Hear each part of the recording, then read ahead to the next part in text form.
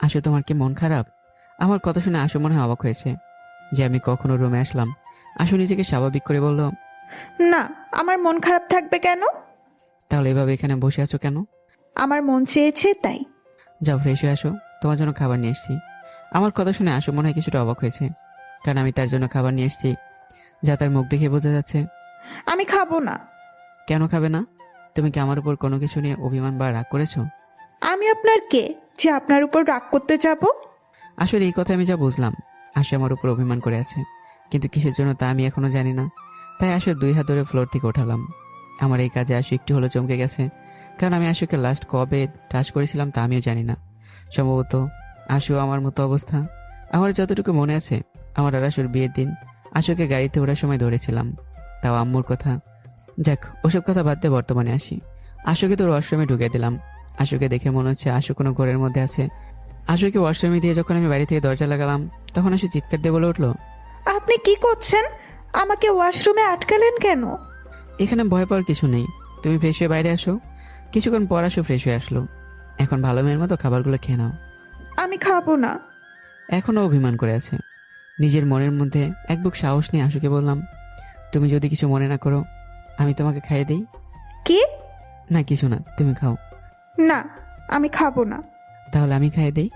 চুপ করে আছে, কিছু বলছে না। আশু চুপ থাকা থেকে বুঝলাম আশু আমার হাতে কেঁদে যাচ্ছে। আমি আশুকে বিছানায় বসিয়ে দিয়ে টেবিল থেকে খাবারের প্লেটটা নিয়ে আসলাম। তারপর আমি এসে আশুর পাশে বসলাম। এক লোকমা ভাত নিয়ে আশুর মুখের দিকে ধরলাম, আর আশু খেতে শুরু করলো। এভাবে আশুকে খাওয়ানোর এক পর্যায়ে আশু আমাকে বলল, আপনি খেয়েছেন? না তুমি আগে খাও, তারপর আমি খাবো। না, আপনিও এই প্লেট থেকেই খান। না তুমি আগে খাও। তাহলে আমি আর খাবো না। আচ্ছা আচ্ছা, আমিও খাচ্ছি। আশু আর আমি একসাথে একই প্লেটে খাচ্ছি। ভাবতে কেমন একটা ভালো লাগা কাজ করছে মনের মধ্যে, কারণ আমি আর আশু এত কাছাকাছি এর আগে কখনো আসিনি, বাসা হয়নি। তার অবশ্য কারণ আছে, যা আস্তে আস্তে আপনারাও জানতে পারবেন। আশুকে খাইয়ে দিয়ে রুম থেকে চলে আসলাম। সত্যি বলতে আমার এখন অনেক ভালো লাগছে। আশুর কেমন লাগছে তা আমি জানি না, তবে আন্দাজ করতে পারলাম আশুরও ভালো লেগেছে। খাবারের প্লেট রাখার জন্য রান্নাঘরে চলে গেলাম। গিয়ে দেখি আম্মু রান্নাঘরে আছে। আমাকে দেখে আম্মু জিজ্ঞাসা করলো, কিরে, খাবার খেয়েছে? হুম। আশু কি করে এখন? ও রুমেই আছে। শোন, আমিও যখন তোর বাবার উপর অভিমান করতাম বা রাগ করতাম, তখন তোর আব্বু আমাকে নানান ভাবে খুশি করার চেষ্টা করতো, বুঝলি? হুম। ও। শোন, আমি এই কয়দিন খেয়াল করে দেখেছি আশু কিন্তু তোর উপর এখন দুর্বল হয়ে যাচ্ছে। মানে তোর প্রতি আশু মনে এখন ভালোবাসার সৃষ্টি হচ্ছে, বুঝেছিস গাধা কোথাকার? তুমি কিভাবে বুঝলে? পাগল ছেলে বলে কি, আমি একজন মা, তার উপর একজন মেয়ে মানুষ। তাই একজন মেয়ে মানুষ হয়ে অন্য একজন মেয়ের মনে কি চলছে তা ওই মেয়ের চোখের দিকে তাকালেই বুঝতে পারা যায়, বুঝলি? হুম। হুম, বুঝলাম। তাই তো তোকে আজ আশুর কলেজে পাঠালাম ওকে আনতে। আরে, তুই কি করলি? ওকে রাগিয়ে দিলি? আমি তো আশুকে তেমন কিছু বলিনি। তুই বললি আর আমি তোর কথা বিশ্বাস করে নিলাম। আচ্ছা এসব বাদ দাও, আমি আমার রুমে গেলাম রেস্ট নিতে। আচ্ছা যা। আমি আমার রুমে এসে শুয়ে আছি আর ভাবছি, আমু যে কথাগুলো বললো, মানে আশু আমাকে ভালোবাসতে শুরু করেছে, ভাবতে কেমন জানি ভালো লাগা কাজ করছে মনের মধ্যে। আসলে আমি আর আম্মু অনেক ফ্রেন্ডলি। আম্মু আমার সাথে সবসময় বন্ধুর মতো আচরণ করে। আমার আর আশুর বিয়েটাও আম্মুই দিয়েছে। আসলে আমার আর আশু বিয়ে হয়েছে আজ থেকে প্রায় 2 বছর আগে, তাও একটা দুর্ঘটনার কারণে। তখন আশু এসএসসি এক্সাম দিয়েছিল, আর আশুর আম্মু ছিল আমার একমাত্র ফুপু। আশুর পরীক্ষা শেষে বায়না ধরেছিল ওকে নিয়ে ঘুরতে যেতে হবে। আশুর বাবা মা আশুকে নিয়ে কক্সবাজারে ঘুরতে গিয়েছিল। তারা কক্সবাজারে 3 থেকে 4 দিনের মতো ছিল। আসার পথে আশুদের গাড়ি মারাত্মকভাবে অ্যাক্সিডেন্ট করেছিল। রাস্তার পাশে থাকা লোকজন আশুকে এবং তার বাবা মাকে হসপিটালে নিয়ে যায়। হাসপাতালে পৌঁছানোর আগেই আশুর বাবা মা মারাও যায়। আশুকে হসপিটালে ভর্তি করা হয়। আশুর 2 দিন ধরে হাসপাতালে ভর্তি থেকে এখন ওর জ্ঞান ফেরেনি। আশু হাসপাতালে ভর্তি থাকা অবস্থায় আশুর বাবা মাকে কবরও দেওয়া হয়। 2 দিন হয়ে গেল, কিন্তু আশুর এখনও জ্ঞান ফেরেনি।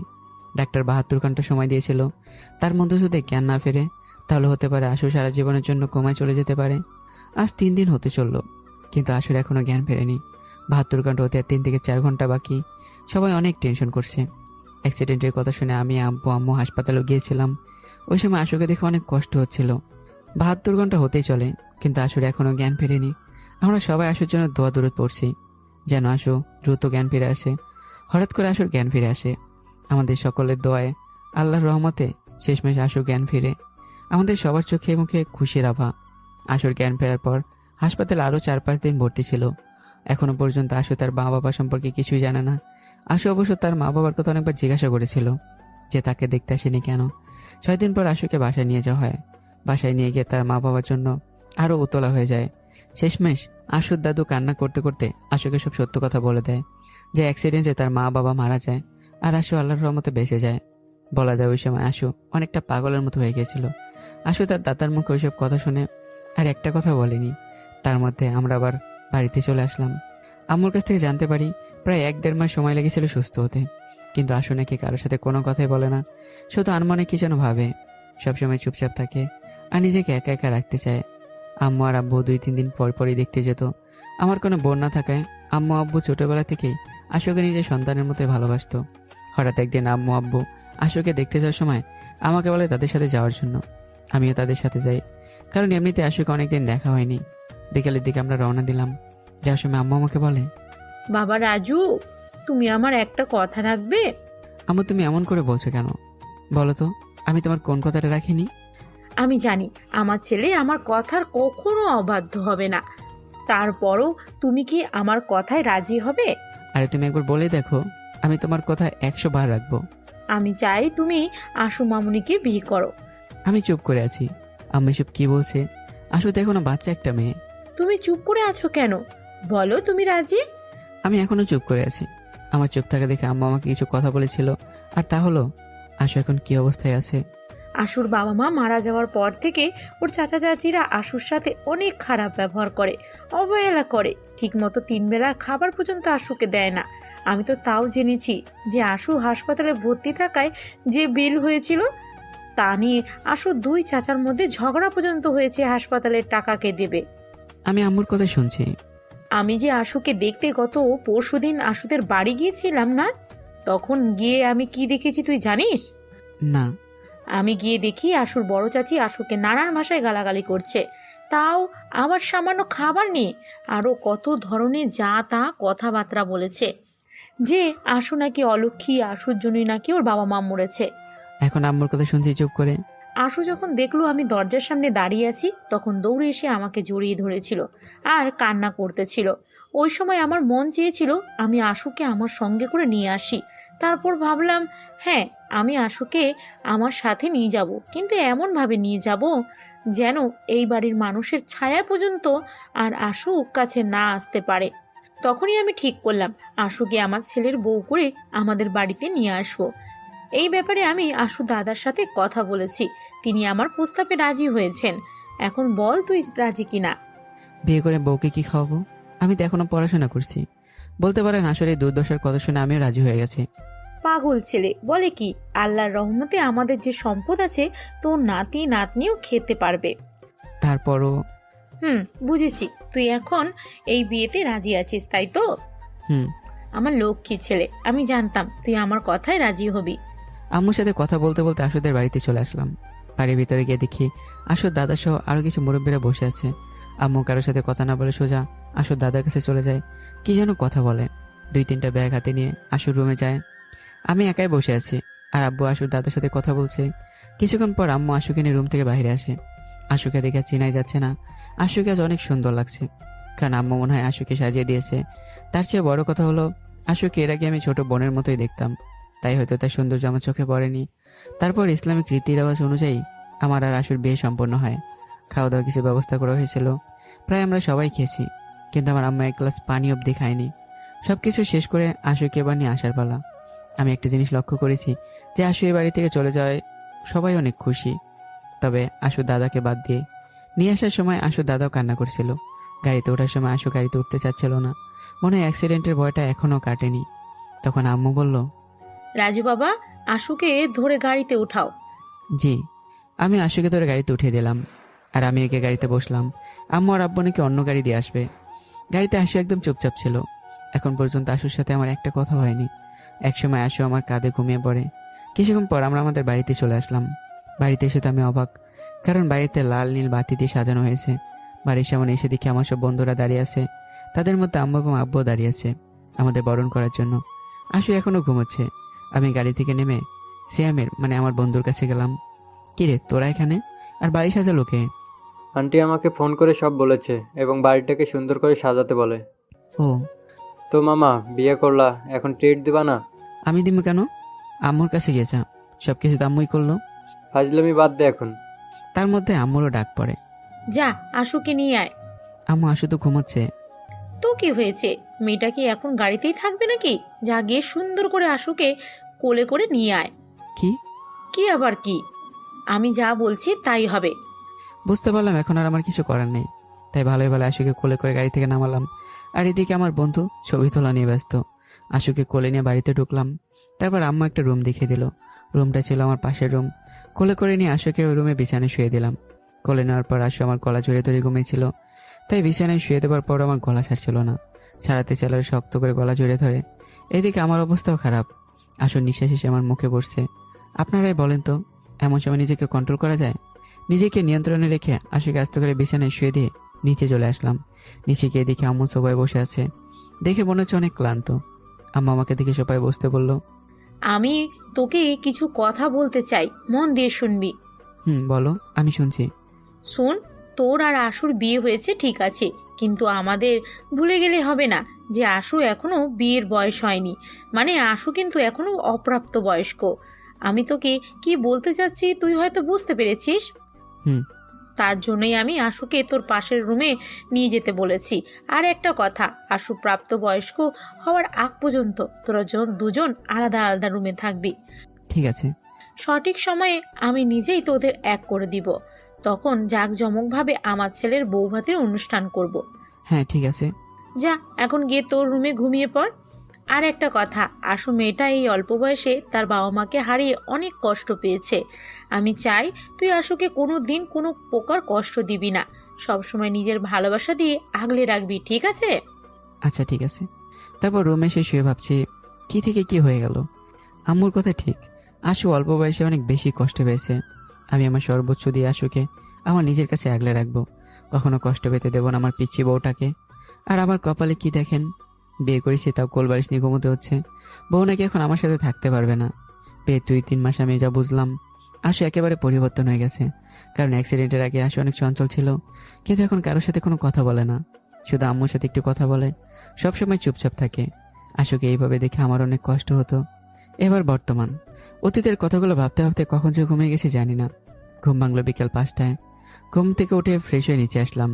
নিচে কাউকে না পেয়ে ভাবলাম অনেকদিন ধরে তো ছাদে যাওয়া হয় না, যাই ছাদে গিয়ে ঘুরে আসি। যেই ভাবা সেই কাজ, চলে গেলাম ছাদে। গিয়ে দেখি আমার পিছিয়ে ওটা ছাদের এক কোণে দাঁড়িয়ে আছে। বাহ, ভালোই হলো, আশুর সাথে কিছু কথা বলা যাবে।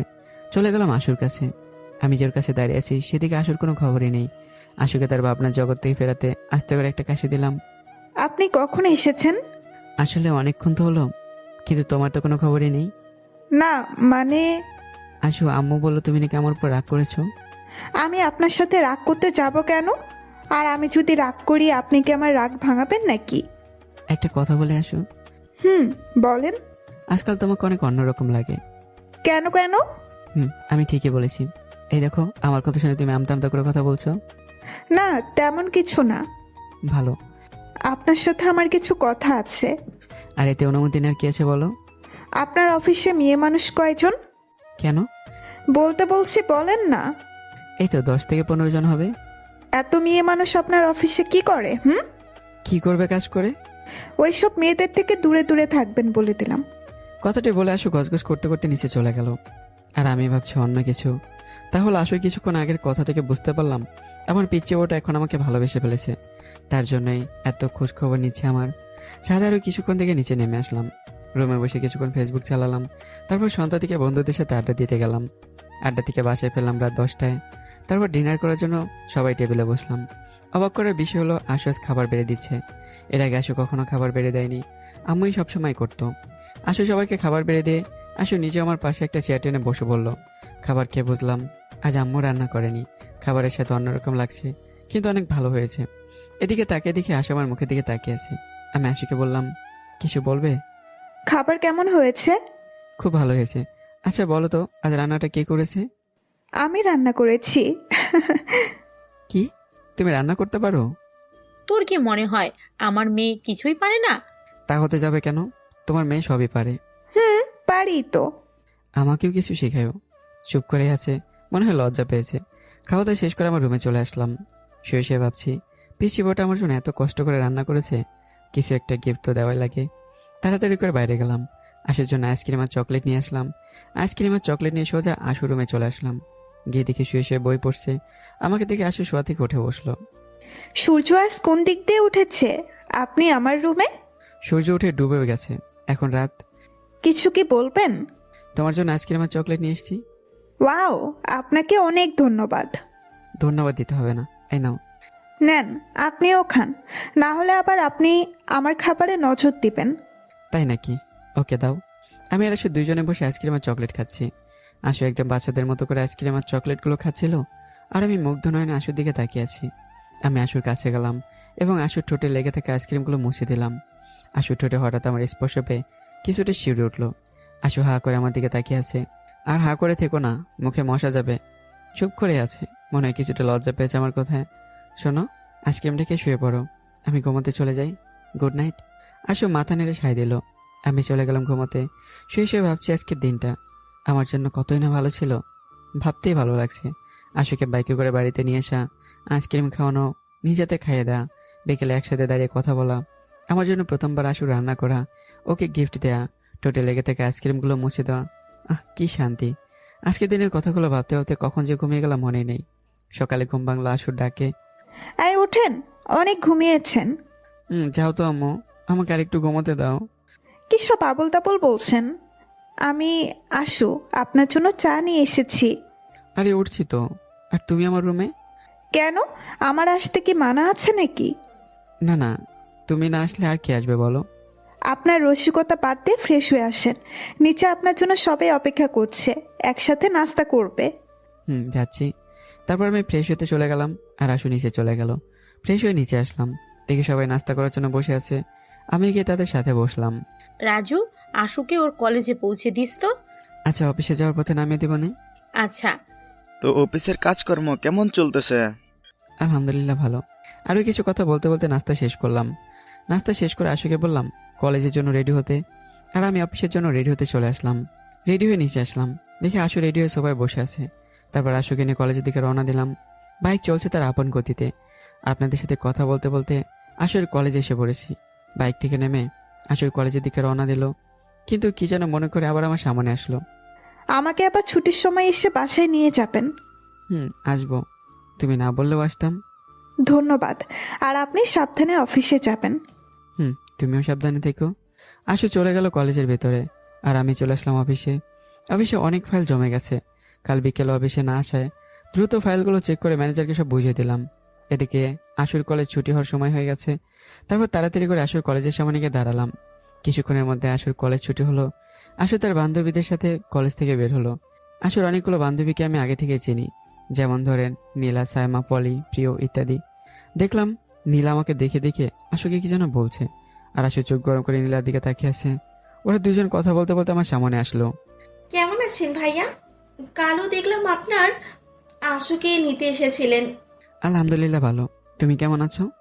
জি, আমি ভালো আছি। কি রে আশু, ভাইকে বল না। আমি কিছু বলতে পারবো না। চোখ রাঙিয়ে বলল আশু। কেন? এমনি, তোর কাজ তুই কর। দুইজনের কথা শুনে আমি কিছুই বুঝলাম না, তাই নীলাকে জিজ্ঞাসা করলাম, নীলা তুমি কি কিছু বলবে আমাকে? জি, কিন্তু কি করে যে বলি। আরে ভয় পাওয়ার কিছু নেই, তুমি বলো কি বলবে। আমি আপনাকে পছন্দ করি। চোখ বন্ধ করে বলে ফেললো। কি, তুমি পাগল হয়েছো নাকি? নীলা চুপ করে আছে মাথা নিচু করে। তুমি কি জানো আমার বিয়ে হয়ে গেছে? নীলা অবাকে আশুর দিকে তাকিয়ে আছে। তুই আমার দিকে তাকিয়ে আছিস কেন? রাজু ভাইয়া বিয়ে করেছে, আমাকে বলিসনি কেন? তুই আমাকে বলার সুযোগ দিয়েছিস নাকি? এখন আমার কি হবে? শোনো, পাগলামো করো না। তুমি তো আমার ছোট বোনের মতো, দেখবে তুমি আমার থেকে ভালো সুন্দর ছেলে পাবে। জি। শোনো, এসব কিছু নিয়ে আর কোনো ভাবনা চিন্তা না করে পড়াশোনায় মন দাও। জি। এখন বাসায় যাও। নীলা মন খারাপ করে বাসা থেকে রওনা দিল। একবারও কি চিন্তা করে দেখেছেন আমার বউকে সামনে রেখে আমাকে প্রপোজ করে? এগুলো ভাবা যায়? তবে এর মধ্যে আশুরও দোষ আছে, কারণ আশু তার বান্ধবীদের বলেছে আমি তার মামাতো ভাই লাগি। কি হলো, দাঁড়িয়ে আছো কেন? বাসায় যাবে না? না। তোমার আবার এখন কি হলো? আমার আর কি হবে, সব তো একটুর জন্যই যেতে বসেছিল। কেন, নীলার কথা শুনে কি তোমার জ্বলছিল নাকি? আমার বইয়েই গেছে। তা তো দেখতেই পারছি। এখন বাসায় চলো। বাসায় যাব, কিন্তু আমার একটা শর্ত আছে। আমি তোমার শর্তে মানতে যাব কেন? কারণ আপনি নীলার সাথে এতক্ষণ মিষ্টি মিষ্টি কথা বলেছেন। আমি তোমার শর্ত মানব না। তাহলে আমি আম্মুকে বলবো আপনি আমার বান্ধবীদের সামনে আমাকে অপমান করেছেন। আমি এবার এসব কিছু কখন করলাম? তা ঠিক, কিন্তু তা আমি আর আপনি জানি, আম্মু তো আর জানে না। একবার ভেবে দেখুন, আমি যদি আম্মুর কাছে বিচার দেই তাহলে আম্মু আপনার কি হাল করবে? বুঝেছি। এখন বলো তোমার কি শর্ত? রাজি হলাম, কারণ আম্মু আসল সব কথা সত্যি মনে করবে। আপনার শাস্তি হলো আমি বাইকে বসবো আর আপনি বাইক হাঁটিয়ে হাঁটিয়ে নিয়ে যাবেন। কি? এখন চেঁচিয়ে লাভ নেই, যা বললাম তাই হবে। শাস্তিটা একটু কমানো যায় না? না না, হবে না। তোমাকে বাসায় নামিয়ে দিয়ে আমার অফিসে যেতে হবে। তাহলে দাঁড়িয়ে আছেন কেন? শুরু করেন। কি আর করার, আশুর কথা মতো আশুকে বাইকে বসে বাইক নিয়ে হাঁটিয়ে হাঁটিয়ে চালাতে শুরু করলাম। আশু আমার দিকে মুখ করে বসে আছে, আমি বাইক চালাচ্ছি, আর আশু আমার দিকে তাকিয়ে আছে। 10 থেকে 15 মিনিটের মতো চালিয়ে আমার অবস্থা কাহিল, আমি তো ঘেমে একাকার। আমার এই অবস্থা দেখে আশু বলল, বাইক থামান। আমি চুপ করে বাইক চালাচ্ছি। এই, বাইক থামান না কেন? এখন আবার কি হলো? আপনি কি আমার উপর রাগ করেছেন? আমার চোখের দিকে তাকিয়ে বলল, আমাকে দেখে কি মনে হয় আমি রাগ করেছি? না, তাহলে এই কথা বলছো কেন?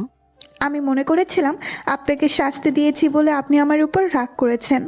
রাগ করিনি, তবে তাড়াতাড়ি করে আবার অফিসে যেতে হবে। আচ্ছা যান, আপনাকে আজ মাফ করে দিলাম। অনেক ধন্যবাদ। চলো। আবারও বাইক চালাতে শুরু করলাম, তবে এবার হাঁটিয়ে হাঁটিয়ে না, বাইক তার আপন গতিতে চলতে শুরু করলো। কিছু সময় পর বাসায় চলে আসলাম। আম্মুর সাথে কিছু কথা বলে ফ্রেশ হতে চলে আসলাম। ফ্রেশ হয়ে নিচে আসলাম, তারপর আম্মুকে বললাম তাড়াতাড়ি খাবার দিতে। আম্মু এসে খাবার দিল। কি রে, এখন কি আবার অফিসে যাবি নাকি? হুম। ওহ, তাড়াতাড়ি করে খাওয়া দাওয়া করলাম। অফিসে আসার আগে ভাবলাম আশুর সাথে দেখা করে আসি, যেইভাবে সেই কাজ। চলে গেলাম আশুর রুমে। আশুর রুমের দরজার সামনে থেকে চলে আসলাম বাড়ির বাইরে, কারণ আশু তখন ড্রেসিং টেবিলে বসে সাজুগুজু করছিল। এমনিতে বারবার ক্রাশ খাই, এখন যদি আবার সাজুগুজু করে সামনে আসে তাহলে আবার কি করে বসে তা আর বললামই না, কারণ অফিসে লেট হয়ে যাচ্ছে। চলে আসলাম অফিসে, নতুন অর্ডার পাওয়ার ফাইলগুলো চেক করতে লাগলাম। ফাইলগুলো চেক করতে করতে সন্ধ্যা পেরে রাত হয়ে গেল। তারপর বাসার দিকে রওনা দিলাম। বাসায় যাওয়ার আগে দোকান থেকে আশুর জন্য আইসক্রিম নিয়ে নিলাম। বাসায় কলিং বেল বাজাতেই আশু এসে দরজা খুলে দিল। আশুকে দেখে মনে হচ্ছে আমার জন্য দরজার পাশে দাঁড়িয়েছিল। কেমন আছেন? ভালো, তুমি কেমন আছো? জি ভালো। এখন ভেতরে আসেন। এই নাও তোমার জন্য। আইসক্রিমগুলো হাতে দিয়ে দিলাম। অনেক ধন্যবাদ। ওয়েলকাম। তারপর চলে আসলাম আমার রুমে, ফ্রেশ হয়ে নিচে আসলাম। দেখি আব্বু বসে বসে টিভি দেখছে। আব্বুর সাথে আমি যোগ দিলাম। কিছুক্ষণ আব্বুর সাথে কথা বললাম। তারপর আম্মু আমাদের ডিনার করার জন্য ডাকলেন।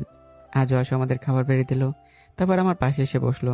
খাবার খেয়ে বুঝলাম আজও খাবার আশু রান্না করেছে। ডিনার শেষে চলে আসলাম আমার রুমে। শুয়ে শুয়ে ভাবছি আশু রানী এখন আমার উপর অধিকার দেখাচ্ছে, তা না হলে আমাকে শাস্তি দিত না। আপনাকে একজন ব্যক্তি তখনই শাস্তি দেবে যখন সেই ব্যক্তি আপনাকে মন থেকে ভালোবাসে, কারণ সে জানে আপনি তার রাগ ভাঙাবেনি। আর এই অধিকারটুকু একমাত্র ভালোবাসার মানুষই রাখে। ভাবলাম ঘুমানোর আগে আশুর সাথে দেখা করে আসি। মাত্র শোয়া থেকে উঠবো অমনি আশু নিজে আমার রুমে হাজির। কি করেন? এই তো তোমার সাথে দেখা করতে যেতাম, আর তুমি চলে আসলে। ও, চলেন দুজনে মিলে আইসক্রিম খাবো। তুমি এখন আইসক্রিম কোথায় পেলে? অফিস থেকে আসার সময় না আপনি নিয়ে আসলেন? এগুলো এখনো খাওনি? না, ফ্রিজে রেখে দিয়েছিলাম আপনি আর আমি একসাথে খাবো বলে। দুজনে মিলে আইসক্রিম খাচ্ছি। আইসক্রিম খাওয়ার এক পর্যায়ে আশু আমাকে বলল, আপনার মনে হয় না আপনি কিছু একটা এড়িয়ে যাচ্ছেন? কই না তো। অফিস থেকে এসে কি একবারও আমার দিকে ভালোভাবে তাকিয়েছেন? আশুর কথা শুনে আশুর দিকে ভালোভাবে তাকালাম। অফিস থেকে এসে আশুর সাথে এত কথা বললাম, একসাথে বসে ডিনার করলাম, কিন্তু এই বিষয়টা তো আমার নজরে পড়েনি যে আশু আমার জন্য এত সুন্দর করে সাজুগুজু করে আছে। আমার পিচ্ছি বউটা মনে হয় তার জন্য দরজার পাশে দাঁড়িয়েছিল, যা থেকে আমি এসেই তার সৌন্দর্যের প্রশংসা করি, কিন্তু আমি তো এসব একবারও খেয়াল করিনি। শেষমেশ আমার রুমে এসে নিজ থেকে বলল তাকে দেখতে কেমন লাগছে। আশুকে দেখে এখন মনে হচ্ছে আমার প্রতি অভিমান করে আছে। পরিস্থিতি ঠিক করার জন্য আমি আশুকে বললাম, বাহ আশু, তোমাকে তো অনেক সুন্দর লাগছে। আমি তোমাকে আগেই বলতাম যে আজ তোমাকে কতই না সুন্দর লাগছে, কিন্তু আমি চেয়েছিলাম তুমি নিজে থেকে আমাকে জিজ্ঞেস করো যে আজ তোমাকে কেমন লাগছে। ডাহা মিথ্যা কথা, আমি এমন কিছুই ভাবিনি। আশুকে বোঝানোর জন্য বললাম, থাক, আর মিথ্যা বলতে হবে না। সত্যি বলছি তো আমি। আমি সব জানি, আর বলতে হবে না। বলে আশু আমার রুম থেকে চলে গেল। আমি অবশ্য অনেক ডেকেছি, কিন্তু কাজ হয়নি। কি জিদ্দি মেয়ে রে বাবা। তবে আমিও কিন্তু কাজটা ঠিক করিনি। বেচারি প্রথমবার আমার জন্য সাজুগুজু করে অপেক্ষা করছিল, আর আমি তাকে কিছুই বললাম না। তারপর বাকি আইসক্রিমটুকু খেয়ে আমি ঘুমিয়ে পড়লাম। সকালে ঘুম ভাঙলো বুকে ভারী কিছু অনুভব করে। ভালো করে চেয়ে দেখি তো আমি 1000 ভোল্টের শক খেলাম। কারণ আমার পিচ্ছি বউ মানে আশু আমার বুকে মাথা রেখে আমাকে জড়িয়ে ধরে ঘুমিয়ে আছে। বলতে পারেন কিছুক্ষণের জন্য আমার মুখের ভাষা হারিয়ে ফেলেছিলাম। আবার দ্রুত নিজেকে স্বাভাবিক করলাম, কারণ আমাকে তো অন্য কোনো মেয়ে জড়িয়ে ধরেনি। ধরেছে তো আমার 20টা না 10টা না 5টা না একটা মাত্র আশুরানি বউ। খেয়াল করে দেখলাম আশু একদম বাচ্চা মেয়েদের মতো করে ঘুমাচ্ছে। আশুর গেছে চুল এসে আমার মুখে পড়ছে। আমি একটু নড়াচড়া করলে আর শক্ত করে জড়িয়ে ধরছে। এমন করছে মনে হয় আমাকে ছেড়ে দিলেই আমি কোথাও পালিয়ে যাব। মাথাটা হালকা করে ঘুরিয়ে দেখলাম ঘড়িতে মাত্র সকাল 6:30 বাজে। আজ আবার শুক্রবার, অফিস যেতে হবে না, আর আশুর আজ কলেজ যেতে হবে না। তাই ভাবলাম এই সুন্দর মুহূর্তটাকে কাজে লাগানো যাক। আমি আস্তে করে আশুকে জড়িয়ে ধরলাম। আশু হালকা নাড়াচড়া করে আবার ঘুমিয়ে গেছে। আমি প্রথম আশুকে এত কাছ থেকে দেখছি। জড়িয়ে ধরাতে দূরের কথা, ভালোভাবে তো কথাও হতো না। তবে এখন আর এসব ভেবে লাভ নেই, কারণ আমার আশু এখন পুরোপুরিভাবে আমার হয়ে গেছে। আশুকে নিয়ে ভাবতে ভাবতে আমি কখন ঘুমিয়ে গেলাম বুঝে উঠতে পারিনি। ঘুম ভাঙলো আশুর ডাকে। এই, আপনি এখনো ঘুম থেকে উঠছেন না কেন? আর একটু ঘুমোতে দাও না প্লিজ। না, আর ঘুমাতে দেওয়া চলবে না, এখন ওঠেন। উঠছি। আস্তে আস্তে চোখ খুলে দেখি আশু আমার সামনে দাঁড়িয়ে আমাকে ঘুম থেকে ওঠাচ্ছে, আর এমন ভাব করছে যে কিছুক্ষণে কি হয়েছে কিছুই জানে না। আপনারা আবার অন্য কিছু ভাববেন না যে কি থেকে কি করেছি। আমি শুধু বলতে চেয়েছি আশু যে আমাকে জড়িয়ে ধরে ঘুমিয়েছিল সেটা। আশু আমার সামনে দাঁড়িয়ে থাকায় আজকে একটা টান দিয়ে আমার বুকে নিয়ে আসি। কাজটা এত দ্রুত করেছি যে আশু এখনো বুঝে উঠতে পারেনি যে কি হচ্ছে। আশুকে আমার বুকে এনে জড়িয়ে ধরলাম। আশু আমার বুকে এসে চেঁচামেচি করছে ছেড়ে দেওয়ার জন্য। তবে কি জানেন, যা বলছে মুখে বলছে, নিজ থেকে ছোটার কোনো চেষ্টাই করছে না। কি করছেন কি? ছাড়েন আমাকে। ছেড়ে দেওয়ার জন্য তো তোমায় জড়িয়ে ধরে নি। ভালো হচ্ছে না কিন্তু। চুপ, আর একটা কথা বলবা না। তোমাকে ভালো করে দেখতে দাও। আশু ঠোঁটে একটা আঙুল দিয়ে বললাম কথাটা। আশু চুপ করে আছে আর দেখছি আমি কি করি। আমার আশু রানীকে কিন্তু সাজগোজ ছাড়াই আমার কাছে পরীর মতো লাগে। আশু চুপ করে আছে। আচ্ছা আশু, তুমি আমার রুমে কখন এসেছো? এখনই তো আসলাম। আমার চোখের দিকে তাকিয়ে বলো তো। ফজরের আজানের পর এসেছি। আমার বুকে মাথা লুকিয়ে তাহলে আগে মিথ্যা কথা বললে কেন? কিছুক্ষণ চুপ থেকে। কারণ আপনি আমাকে একটুও ভালোবাসেন না। কে বললো আমি আমার আশু রানীকে ভালোবাসি না? আমি নিজেই খুব ভালো করে জানি আপনি আমাকে একটুও ভালোবাসেন না। এটা তোমার ভুল ধারণা। আপনি যদি আমাকে ভালোবাসতেন তাহলে কাল রাতে যখন আপনার সাথে রাগ করে চলে গিয়েছিলাম, আমার রাগ ভাঙাতে চাননি কেন? এখন তো কান্নাই করে দিল। এই কান্না করে না, আমি তো মনে করেছিলাম তুমি ঘুমিয়েছিলা। আমি কারো বাবু টাবু না। আর রাগ করে থেকো না প্লিজ। আশু 2 গালে আমার হাত রেখে বললাম। আমাকে অনেক ভালোবাসতে হবে কিন্তু। তার বলতে আমার 20টা না 10টা না 5টা না একটা মাত্র পিচ্ছি বউ। তোমাকে ভালো না বাসলে কাকে ভালোবাসবো বলো? আচ্ছা, আমাদের দেখে কি কেউ বলবে আমরা স্বামী স্ত্রী? কেন বলবে না? আমাদের বিয়ে 2 বছরের মধ্যে আপনি কি একবারও বলেছেন আমাকে ভালোবাসেন? বলিনি, কারণ তোমার তখন এসব বোঝার মতো পরিস্থিতি ছিল না। আমার কিন্তু আপনার প্রতি ভালোবাসা মানে স্বামীর চোখে দেখা 2 বছর ধরে ছিল না, বলতে পারেন গত 1 সপ্তাহের মতো হলো। আর দেখেন এখন আমার সম্পূর্ণটুকু দিয়ে শুরু আপনাকেই ভালোবাসি। আবার আপনার কাছে ছুটে চলে আসতে মন চাইতো, শেষমেশ আর নিজেকে ধরে রাখতে পারলাম না। আপনি নিজে থেকে তো আর আমার কাছে আসবেন না, তাই আমি নিজেই আপনার কাছে চলে আসলাম। তাই এমন কি হলো যে এতদিনে কিছুই হলো না, কিন্তু 1 সপ্তাহে এত ভালোবাসা? সত্যি বলবো নাকি মিথ্যা বলবো? অবশ্যই সত্যি বলবো। আসলে হয়েছে কি, আমার বান্ধবী পারুলকে আপনি চেনেন? চিনি, বলো। পারুল একটা ছেলেকে গত 5 বছর ধরে ভালোবাসে। ছেলেটা এখন আমাদের সাথেই পড়ে, কিন্তু পারুল আজও সাহস করে বলতে পারেনি যে ওই ছেলেটাকে পারুল গত 5 বছর ধরে এত ভালোবেসে আসছে। আজ থেকে 1 সপ্তাহ আগে মানে শনিবার ইন্টার ফার্স্ট ইয়ারের একটা মেয়ে এসে ওই ছেলেটাকে প্রপোজ করে, আর ছেলেটিও অ্যাকসেপ্ট করে নেয়। আর এদিকে পারুল সব কিছু দেখে অনেক কান্না করে। তারপর বাসায় গিয়ে নাকি সুইসাইড করতে চেয়েছিল। পরের দিন জানতে পারি পারুল গুরুতর আহত হয়ে হাসপাতালে ভর্তি আছে। পারুলের অবস্থা দেখে ওই দিন রাতে আমার একটুও ঘুম হয়নি। জানেন কেন? না, তুমি বলো। কারণ ছিল আপনি। আপনার কথা ভেবেই আমার ঘুম হয়নি। একবার ভেবে দেখেছেন পারুল তো ওই ছেলেটাকে ভালোবাসতো, তারপরেও ছেলেটা ওর ভালোবাসা না বুঝে অন্য কাউকে এখন ভালোবাসছে। আর আমাদের বেলায় দেখেন, আমাদের বিয়ে হয়েছে 2 বছর হয়ে গিয়েছে। আমি তো আপনার সাথে ভালোভাবে কথাও বলতাম না। তো ওই দিন থেকে আপনাকে নিয়ে আমার ভয় হতো, যদি আমার কাছ থেকে আপনাকে অন্য কেউ কেড়ে নেয় তখন আমার কি হবে। তখন তো আমি মরেই যাব। আশু বলেই কেঁদে দিল। আরে কাঁদে না, শোনো, আমি তোমার ছিলাম, তোমার আছি, আর তোমারই থাকবো। সত্যি তো? সবসময় আমার পাশে থাকবেন? সত্যি সত্যি, 3 সত্যি। এবার একটু জড়িয়ে ধরো তো। আমি পারবো না, আপনি ধরেন। ভোরবেলা তো ঠিকই ধরেছিলে। আপনি তখন দেখেছিলেন? না দেখলে এখন কি এত কিছু জানতে পারতাম? না দেখলে এখন কি এত কিছু জানতে পারতাম? বলে আশুকে শক্ত করে জড়িয়ে ধরলাম। কিছুক্ষণের মধ্যে আশু আমাকে শক্ত করে জড়িয়ে ধরলো। অনুভূতিটা প্রকাশ করার মতো না। আপনার ভালোবাসার মানুষ যখন আপনার এতটা কাছে থাকবে, তখন আপনার সবকিছু রংধনুর মতো রঙিন হয়ে যাবে। অতীতের সব রাগ, অভিমান, কষ্ট সবকিছু ভুলে যাবেন। অতীতের সবকিছু বলে ভালোবাসার মানুষটাকে আগলে ধরবেন। এভাবে কতক্ষণ ছিলাম জানি না। এই শোনেন, হ্যাঁ শুনছি, তুমি বলো। আজ তো শুক্রবার, চলেন আমরা কোথাও থেকে ঘুরে আসি। আমাদের তো এখনো কোথাও ঘুরতে যাওয়া হয়নি। গুড আইডিয়া, ঘুরতে নিয়ে যাব। তবে আমার 2টা শর্ত আছে। আগে বলেন কি সত্য? তুমি রাজি কিনা বলো। রাজি, বলেন। কিছু একটা ভেবে তাহলে শোনো। 1, এখন থেকে আর আপনি আপনি করবে না, তুমি করে বলবে। 2, এখন আমাকে একটা কিস করতে হবে। না, আমি আপনাকে আপনি করেই বলবো। তুমি কিন্তু কথা দিয়েছো আমার শর্ত মানবে। তুমি করে বলবো, তবে আব্বু আম্মুর সামনে আপনি করে বলবো। আপাতত চলে। আর 2 নাম্বারটা? ওটা এখন হবে না। তুমি কিন্তু শর্ত মানছো না। আমারও সময় আসবে বলে দিলাম, এখন চোখ বন্ধ করো। প্রথমবার তুমি করে বললো, চোখ বন্ধ করবো কেন? চুপ করে চোখ বন্ধ করো। এই চোখ বন্ধ করলাম। চোখ বন্ধ করতেই আশুর নরম 2টি হাত আমার গালে অনুভব করলাম। আস্তে আস্তে আশুর নিঃশ্বাস আমার মুখে এসে পড়ছে। সময়টা যেন আমার জন্য থমকে দাঁড়িয়েছে। অনুভব করলাম আশুর গোলাপির পাপড়ের মতো ঠোঁটজোড়া আমার ঠোঁটের উপর রাখলো। 2 থেকে 3 মিনিট পর ছেড়ে দিল। তবে আশু একটা আকাম করেছে, সেটা হলো আমার ঠোঁটে কামড় দিয়েছিল। মনে হয় কেটে ফেলেছে। কেমন দিলাম? তোমার ঠোঁটজোড়াতে মিষ্টি, আগে জানা ছিল না তো? এর আগে চেয়েছিলে? তাহলে এখন আবার চাই? জি না জনাব, এখন আমাকে ছাড়ো এবং নিচে ওঠো। বেলা অনেক হয়েছে, আম্মু আবার আমাকে খুঁজবে। আর একটু থাকো না।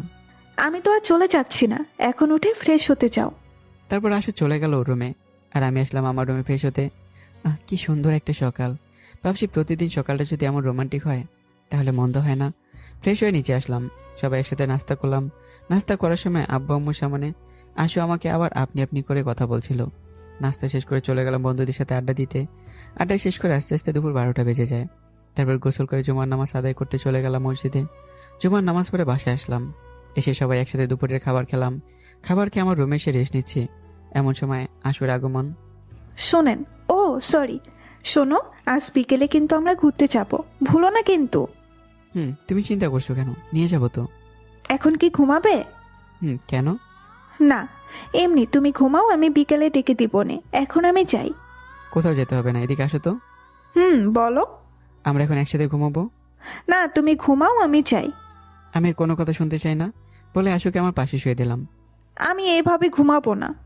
তো কিভাবে ঘুমাবে? আমি তোমার বুকে মাথা রেখে ঘুমাতে চাই। এতে অনুমতি নেওয়ার কি আছে? তোমার সম্পদ, তুমি যা ইচ্ছে করো। তাই বুঝি? বলে আমার বুকে মাথা রেখে শুয়ে পড়লো। দুজনেই চুপ করে আছি, কথা হচ্ছে তবে মুখে না, চোখে। এভাবে শুয়ে থেকে দুজনেই একসময় ঘুমিয়ে যাই। বিকেলবেলা আশুর ডাকে ঘুম ভাঙে। সব কি দিনেই ঘুমাবে নাকি রাতের জন্যও কিছু রাখবে? তুমি যদি আমার পাশে থাকো তাহলে শুধুই কি দিন, রাত দিন সব পার করে দিতে পারি গো। জনাবের ঢং দেখে আর বাঁচি না, এখন তাড়াতাড়ি উঠো, ঘুরতে যাবো তো নাকি? যাবো তো। এখন বলো, তুমি কি পরে ঘুরতে যাবে?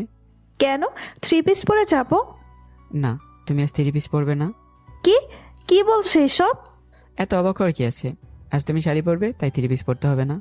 সত্যি আমি শাড়ি পরবো? তুমি আজ শাড়ি পরবে। কিন্তু আমার কাছে তো কোনো শাড়ি নেই। তোমার কাছে নেই তো কি হয়েছে? আমার কাছে তো আমার পিছিয়ে বউটার জন্য কিছু শাড়ি আছে। তোমার কাছে শাড়ি কোথা থেকে আসলো? আরে পাগলি, আমাদের বিয়ে হয়েছে 2 বছর। এই 2 বছরে 4টা ঈদ হয়েছে। শাড়িগুলো তোমার জন্য গিফট এনেছিলাম, কিন্তু দেওয়ার সাহস পাইনি। একবার দিয়েই দেখতে। এখন এসব কথা বাদ দাও, যাও আলমারিতে আমার কাপড়ের পেছনে 4টা শাড়ি আছে, যেটা তোমার পছন্দ হয় নিয়ে আসো। আমি কালো শাড়িটা পরি আর তুমি তোমার কালো পাঞ্জাবিটা পরবে। যা আজ্ঞা মহারানী। তারপর আমি চলে আসলাম ফ্রেশ হতে, আর আশু শাড়ি নিয়ে রুমে চলে গেল। কিছুক্ষণ পর ফ্রেশ হয়ে চলে আসলাম। পাঞ্জাবি পরতে যাব, ওই সময় আশুর আগমন। কি হলো, তুমি শাড়ি পরনি কেন? আমাকে কোনোদিন শাড়ি পরতে দেখেছো? না। তাহলে পরবো কি করে? এক কাজ করো, তুমি আম্মুর কাছে যাও, আমি তোমাকে শাড়ি পরিয়ে দিতে পারবে? আম্মু তো বাসায় নেই, তার জন্যই তো এখানে আসলাম। এ তো মহা ঝামেলা, এখন কি করা যায়? আমি বলি কি, আমরা দুইজন মিলে যদি চেষ্টা করি তাহলে কাজ হতে পারে। কি? আমি শাড়ি পরাতে পারি না। আমিও তো পারি না, তাহলে কি আর শাড়ি পরবো না? তা তো হতে পারে না। এই নেন, শাড়িটা ধরেন। আমার সামনে শাড়ি পরতে কি তোমার লজ্জা করবে না? এখানে লজ্জার কি আছে? তুমি তো আমার বর, তাই না? নাও, এখন আমাকে শাড়িটা পরিয়ে দাও। দুজনেই চেষ্টায় ঘন্টাখানিকের মধ্যে শাড়ি পরানো কমপ্লিট হয়। শাড়ি না পরতে পারলে যা হয় আর কি। শাড়ি পরে শেষে আশুকে আয়নার সামনে দাঁড় করালাম। বাহ, আমার বউটাকে তো শাড়িতে বেশ মানিয়েছে। বউটা কার দেখতে হবে না? তারপর দুজন নিচে নেমে আসলাম। নিচে আব্বু আর আম্মু বসে আড্ডা দিচ্ছে। আমরা দুজনই তাদের সামনে উপস্থিত হলাম। আমাদের দুজন কিভাবে একসাথে দেখে আব্বু আম্মু অনেকটা অবাক হয়েছে। আব্বু একটু বেশি অবাক হয়েছে মনে হয়। আব্বু আম্মুর কাছ থেকে অনুমতি নিয়ে বাইরে চলে আসলাম। আশু, তুমি না বললে আম্মু বাসায় নেই? আমি এই কথা কবে বললাম? কিছুক্ষণ আগে না বললে আম্মু বাসায় নেই, যার জন্য আমার কাছে গিয়েছিলে শাড়ি পরতে? আমাকে শাড়ি পরিয়ে কি তোমার ভালো লাগেনি? একদম মুখের ওপর জবাব। ভালো লাগবে না কেন? ভালো তো লেগেছে। তাহলে এত কথা না বলে এখন চলো, যাওয়া যাক। তুমি দাঁড়াও, আমি বাইক নিয়ে আসি। বাইক আনতে যাওয়ার দরকার নেই, কেন? কারণ আমরা রিক্সা করে যাব। যা তোমার ইচ্ছা, চলো, তোমাকে আজ রিক্সা দিয়ে পুরো শহর ঘোরাবো। চলো। বাসা থেকে বেরিয়ে রাস্তায় আসলাম। এসে একটা রিক্সা নিলাম। রিক্সা দিয়ে সারা শহর ঘুরে একটা পার্কে গেলাম। আসরে আমি দুজনের হাত ধরে হাঁটছি আর নানা ধরনের কথা বলছি। বেশ ভালোই লাগছে পিছিয়ে বউটাকে নিয়ে এভাবে হাঁটতে। হঠাৎ একটা মেয়ে এসে আমাকে জড়িয়ে ধরলো। আমি তো অবাক, তার চেয়ে বেশি অবাক আশু। তাড়াতাড়ি করে মেয়েটাকে আমার কাছ থেকে ছাড়ালাম। মেয়েটির দিকে তাকিয়ে দেখি, আরে এ তো মারিয়া, আমার কলেজ লাইফের বন্ধু। আরে মারিয়া, তুই কেমন আছিস? বন্ধু হয় তুই করে বলতাম। আমি তো ভালো, তুই কেমন আছিস? বলে আবার জড়িয়ে ধরলো। আমি ভালো, তোকে তো দেখাই যায় না। কেন জানিস না, আমি তো দেশের বাইরে চলে গিয়েছিলাম। ও, তাই তো বলি, তোর সাথে দেখা হয় না কেন? চিন্তা করিস না, এখন থেকে প্রতিদিন দেখা হবে। ঠিক বলছিস। রাজু, তোর সাথে মেয়েটা কে রে? ও, এ হলো আশু, আমার। আরে চিনেছি আমি, ও হলো তোর ফুফাতো বোন আশু, তাই না? কথাটা শুনেই আশু আমার হাতে একটা জোরে চিমটি কাটে। আরে না, ফোপা তো বোন ছিল আগে, এখন আমার বউ হয়। আর তোর ভাবি? ফাজলামি করিস তাই না? এখানে ফাজলামো করার কি আছে? আমরা বিয়ে করেছি 2 বছর হতে চলেছে। বাসায় জানে? আম্মু নিজে আমাদের বিয়ে দিয়েছে। কিভাবে হলো এত কিছু? পরে একদিন সব বলবো। কেমন আছো তুমি? আশুকে জিজ্ঞাসা করলো। আলহামদুলিল্লাহ, ভালো আছি আপু। আপনি কেমন আছেন? আমিও ভালো আছি। আরও কিছুক্ষণ কথা বলে মারিয়ে চলে গেল। আমি আর আশু একটা বেঞ্চে গিয়ে বসলাম। আশু আইসক্রিম এনে দিতে বললো। আমি আইসক্রিম এনে দিলাম। আরও কিছুক্ষণ পার্কে থেকে বেরিয়ে আসলাম। একটা রিক্সা নিয়ে বাসায় যাওয়ার জন্য রওনা দিলাম। মাঝ রাস্তায় আশু রিক্সা থামাতে বললো। হঠাৎ করেই, চাচা, রিক্সাটা একটু থামান তো। কি হয়েছে আশু, কোনো সমস্যা? ওই দেখো ফুলের দোকান, এখন আমার জন্য ফুল নিয়ে আসো। চলে গেলাম আশুর জন্য ফুল আনতে। একগুচ্ছ ফুল এনে আশুর খোপায় লাগিয়ে দিলাম। আবারও রিক্সা চলতে শুরু করলো তার আপন গতিতেই। কিছুক্ষণের মধ্যে আমরা বাসায় চলে আসলাম। আব্বু আম্মুর সাথে কথা বলে চলে গেলাম দুজনে ফ্রেশ হতে। ফ্রেশ হয়ে বিছানায় বসে বিশ্রাম নিচ্ছি আর ভাবছি সকাল থেকে এখন পর্যন্ত যা যা হয়েছে। কিছুক্ষণ পর ডিনার করার জন্য নিচে আসলাম। দেখে আমার জন্য সবাই বসে আছে। আমি কি আমার চেয়ার টেনে বসে বললাম। আশু আমাদের খাবার বেড়ে দিচ্ছে। খাবার বেড়ে দেওয়া শেষ হলে আমার পাশের চেয়ার টেনে বসে বললো। গত 3 দিন ধরে আশুর হাতে রান্না করা খাবার খাচ্ছি। এই অল্প সময়ের মধ্যেই আশু অনেক ভালো রান্না করতে শিখে গেছে। আশুর রান্না অনেক ভালো হয়েছে। আশু এখন মোটামুটি পাকা গিন্নিতে রূপান্তরিত হয়েছে। আমি যা বুঝলাম সবকিছু আমাকে ইমপ্রেস করার জন্য করে। ভালোবাসা এমনই হয়, আপনি যখন কাউকে মন থেকে ভালোবাসবেন তখন আপনার ভালোবাসার মানুষের মনে জয় করে চলার জন্য সর্বোচ্চ চেষ্টা করবেন, তাকে ভালোবাসার চেষ্টা করবেন, ইত্যাদি ইত্যাদি। আশুর মধ্যে এমন কিছু হচ্ছে যার জন্য আমাকে এখন বেশি বেশি সময় দেওয়ার চেষ্টা করে। খাওয়ার মধ্যে আশু বলে উঠল, আম্মু, আমার কিছু কথা বলার ছিল। এখানে অনুমতি নেওয়ার কি আছে, বল কি বলবি? আমার তো সামনে ফাইনাল পরীক্ষা, তাই রাত জেগে পড়তে হয়। কিন্তু আমার একা রুমে ভয় করে, তাই বলছিলাম কি, রাতে পড়ার সময় আমি যদি ওনার রুমে পড়ি আর আমার রুমে এসে ঘুমাই তাহলে কেমন হয়? ভালো তো। তোর কি কোনো সমস্যা হবে? আমার এতে সমস্যা হওয়ার কি আছে? আসু, তাহলে তুই রাজু রুমে পড়তে যাস। আর কোনো সমস্যা হলে রাজুকে জিজ্ঞেস করে নিস। ধন্যবাদ আম্মু। আশুর মুখ দেখে মনে হচ্ছে ও 3য় বিশ্বযুদ্ধ জয় করেছে। সবাই একসাথে ডিনার শেষ করলাম। আমি আমার রুমে চলে আসলাম। রুমে এসে শুয়ে শুয়ে ফেসবুক চালাচ্ছি। কিছু সময় পর আমার রুমে আশু আসলো, সাথে বই খাতা আর কলমও ছিল। আশু রমেশের হাতের জিনিসগুলো একটি টেবিলে রাখলো। আমি এখন আশুর সাথে কোনো কথা হয়নি। আমি দেখছি আশু কি করে। হঠাৎ আশু এসে আমার বুকে চড়ে বসে। আমি আশুর হাবভাব কিছুই বুঝছি না। এই তুমি না পড়তে এসেছো? তাহলে এসব কি করছো? আজ শুক্রবার, তাই আজ পড়বো না। তাহলে যাও গিয়ে ঘুমিয়ে পড়ো। জি না মশাই, আমি এসেছি আমার ইচ্ছা, আর যাব আমার ইচ্ছাই। আর আমি পড়বো না, ঠিক আছে? তবে আজ আমি পড়াবো। বিকেলে ঘুরে গিয়ে তোমার মাথা গেল নাকি আশু? জি না, আমার মাথা ঠিক আছে। তো কাকে কি পড়াবো শুনি? এখন আমার বুকের উপর চড়ে বসে আছে। আজ তোমাকে শেখাবো কিভাবে বউকে আদর করতে হয়। আমার বউ? আমার বউ আবার কে? কুত্তা, হনুমান, বিড়াল, শিয়াল, তুই আমাকে এখন বউ হিসেবে অস্বীকার করছিস? তোকে তো আজ মেরেই ফেলবো। কিলঘুষি আর গালি সব আমার উপর দিয়ে যাচ্ছে। তুমি আমাকে তুই করে বললে? তোকে তো এখন কেটে টুকরো টুকরো করবো কুত্তা। তুমি তোমার এই মাসুম বরটাকে মেরে ফেললে তোমার কি হবে? তুই না বললি আমি তোর বউ না?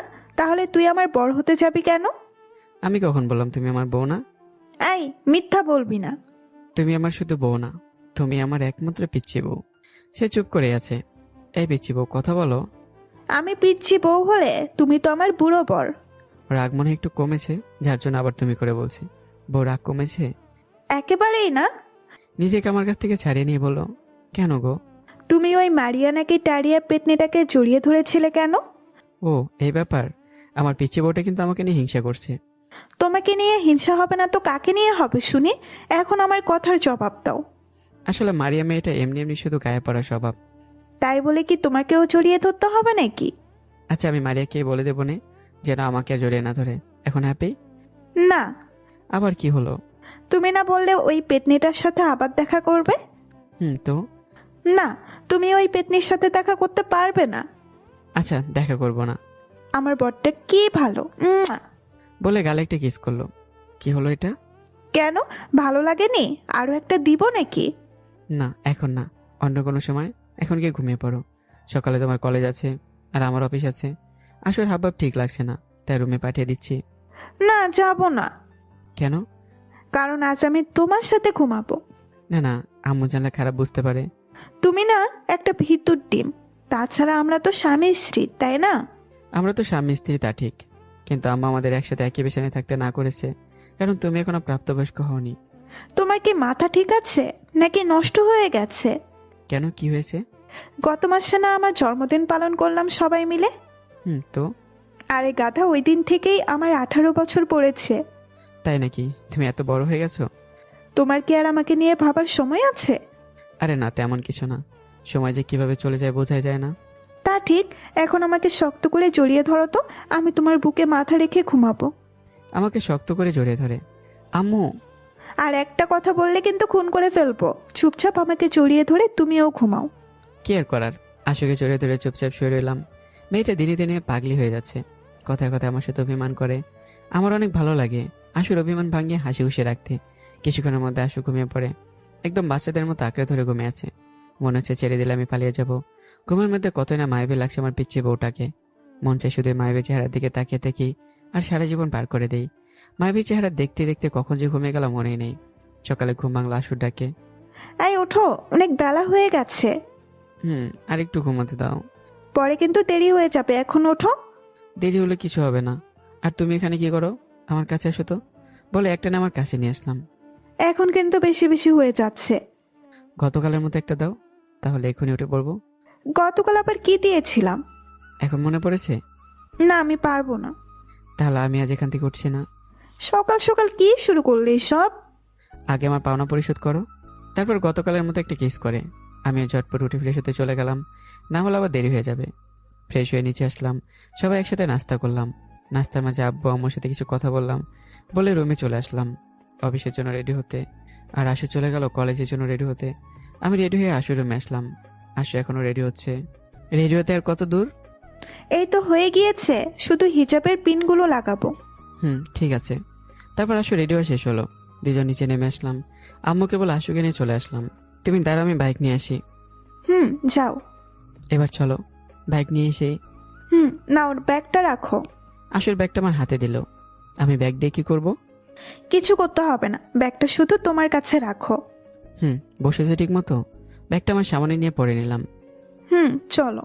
বাইক চলছে তার আপন গতিতে। গন্তব্য প্রথমে আশুর কলেজ, তারপর আমার অফিস। পেছন থেকে আশু এক হাত দিয়ে আমাকে জড়িয়ে ধরে আছে। কিছুক্ষণ পর আশুর কলেজের সামনে চলে আসি। দেখলাম নীলা মাত্র কলেজে আসলো, আমাদের দেখে কাছে আসলো। কেমন আছেন ভাইয়া? জি ভালো, তুমি কেমন আছো? কিভাবে ভালো থাকি বলেন? দূরে গিয়ে মর, এখানে কি?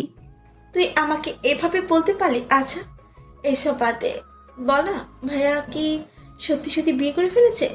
তোর মাথা থেকে কি এখনো ভূত নামে নাই? বল না প্লিজ।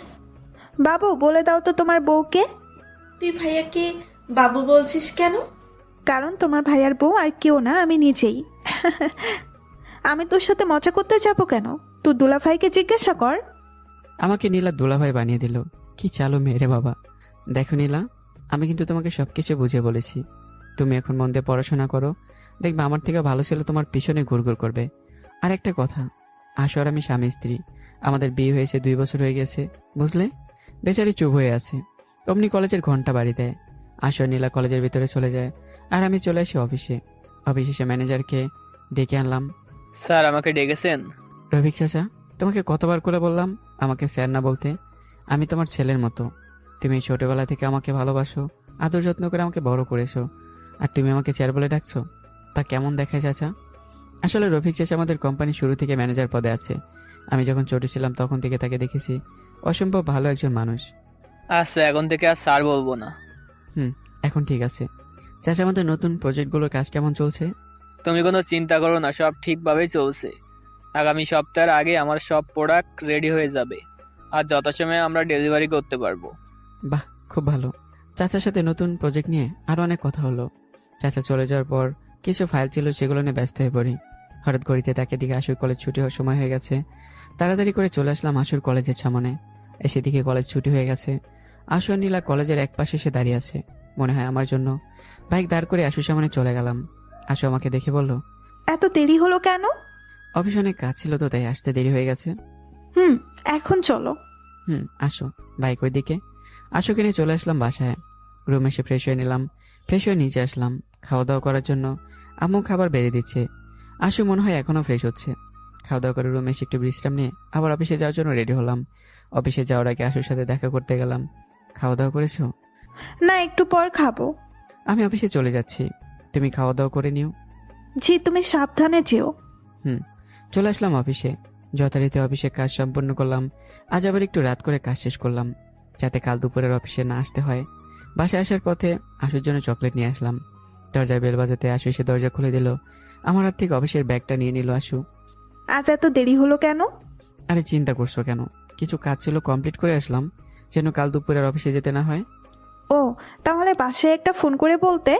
আচ্ছা, ভুল হয়ে গেছে, এমন আর হবে না। দরকার হলে ফোন দেবো, কেমন? এখন আমাকে ভিতরে আসতে দাও। আসো। চলে আসলাম রুমে। আমার পেছনে পেছনে আশু আসলো। আশুর জন্য আনা চকলেটগুলো এখনো দেয়নি, ভাবলাম রাতে আমার রুমে আসলে দেবো। চলে গেলাম ফ্রেশ হতে। ফ্রেশ হয়ে এসে দেখি আশু আমার অফিসের কাপড়গুলো গুছিয়ে রাখছে। আশু কাজ শেষ করে, নিচে চলো, ডিনার করবে। চলো, আমার অনেক ক্ষুধা লেগেছে।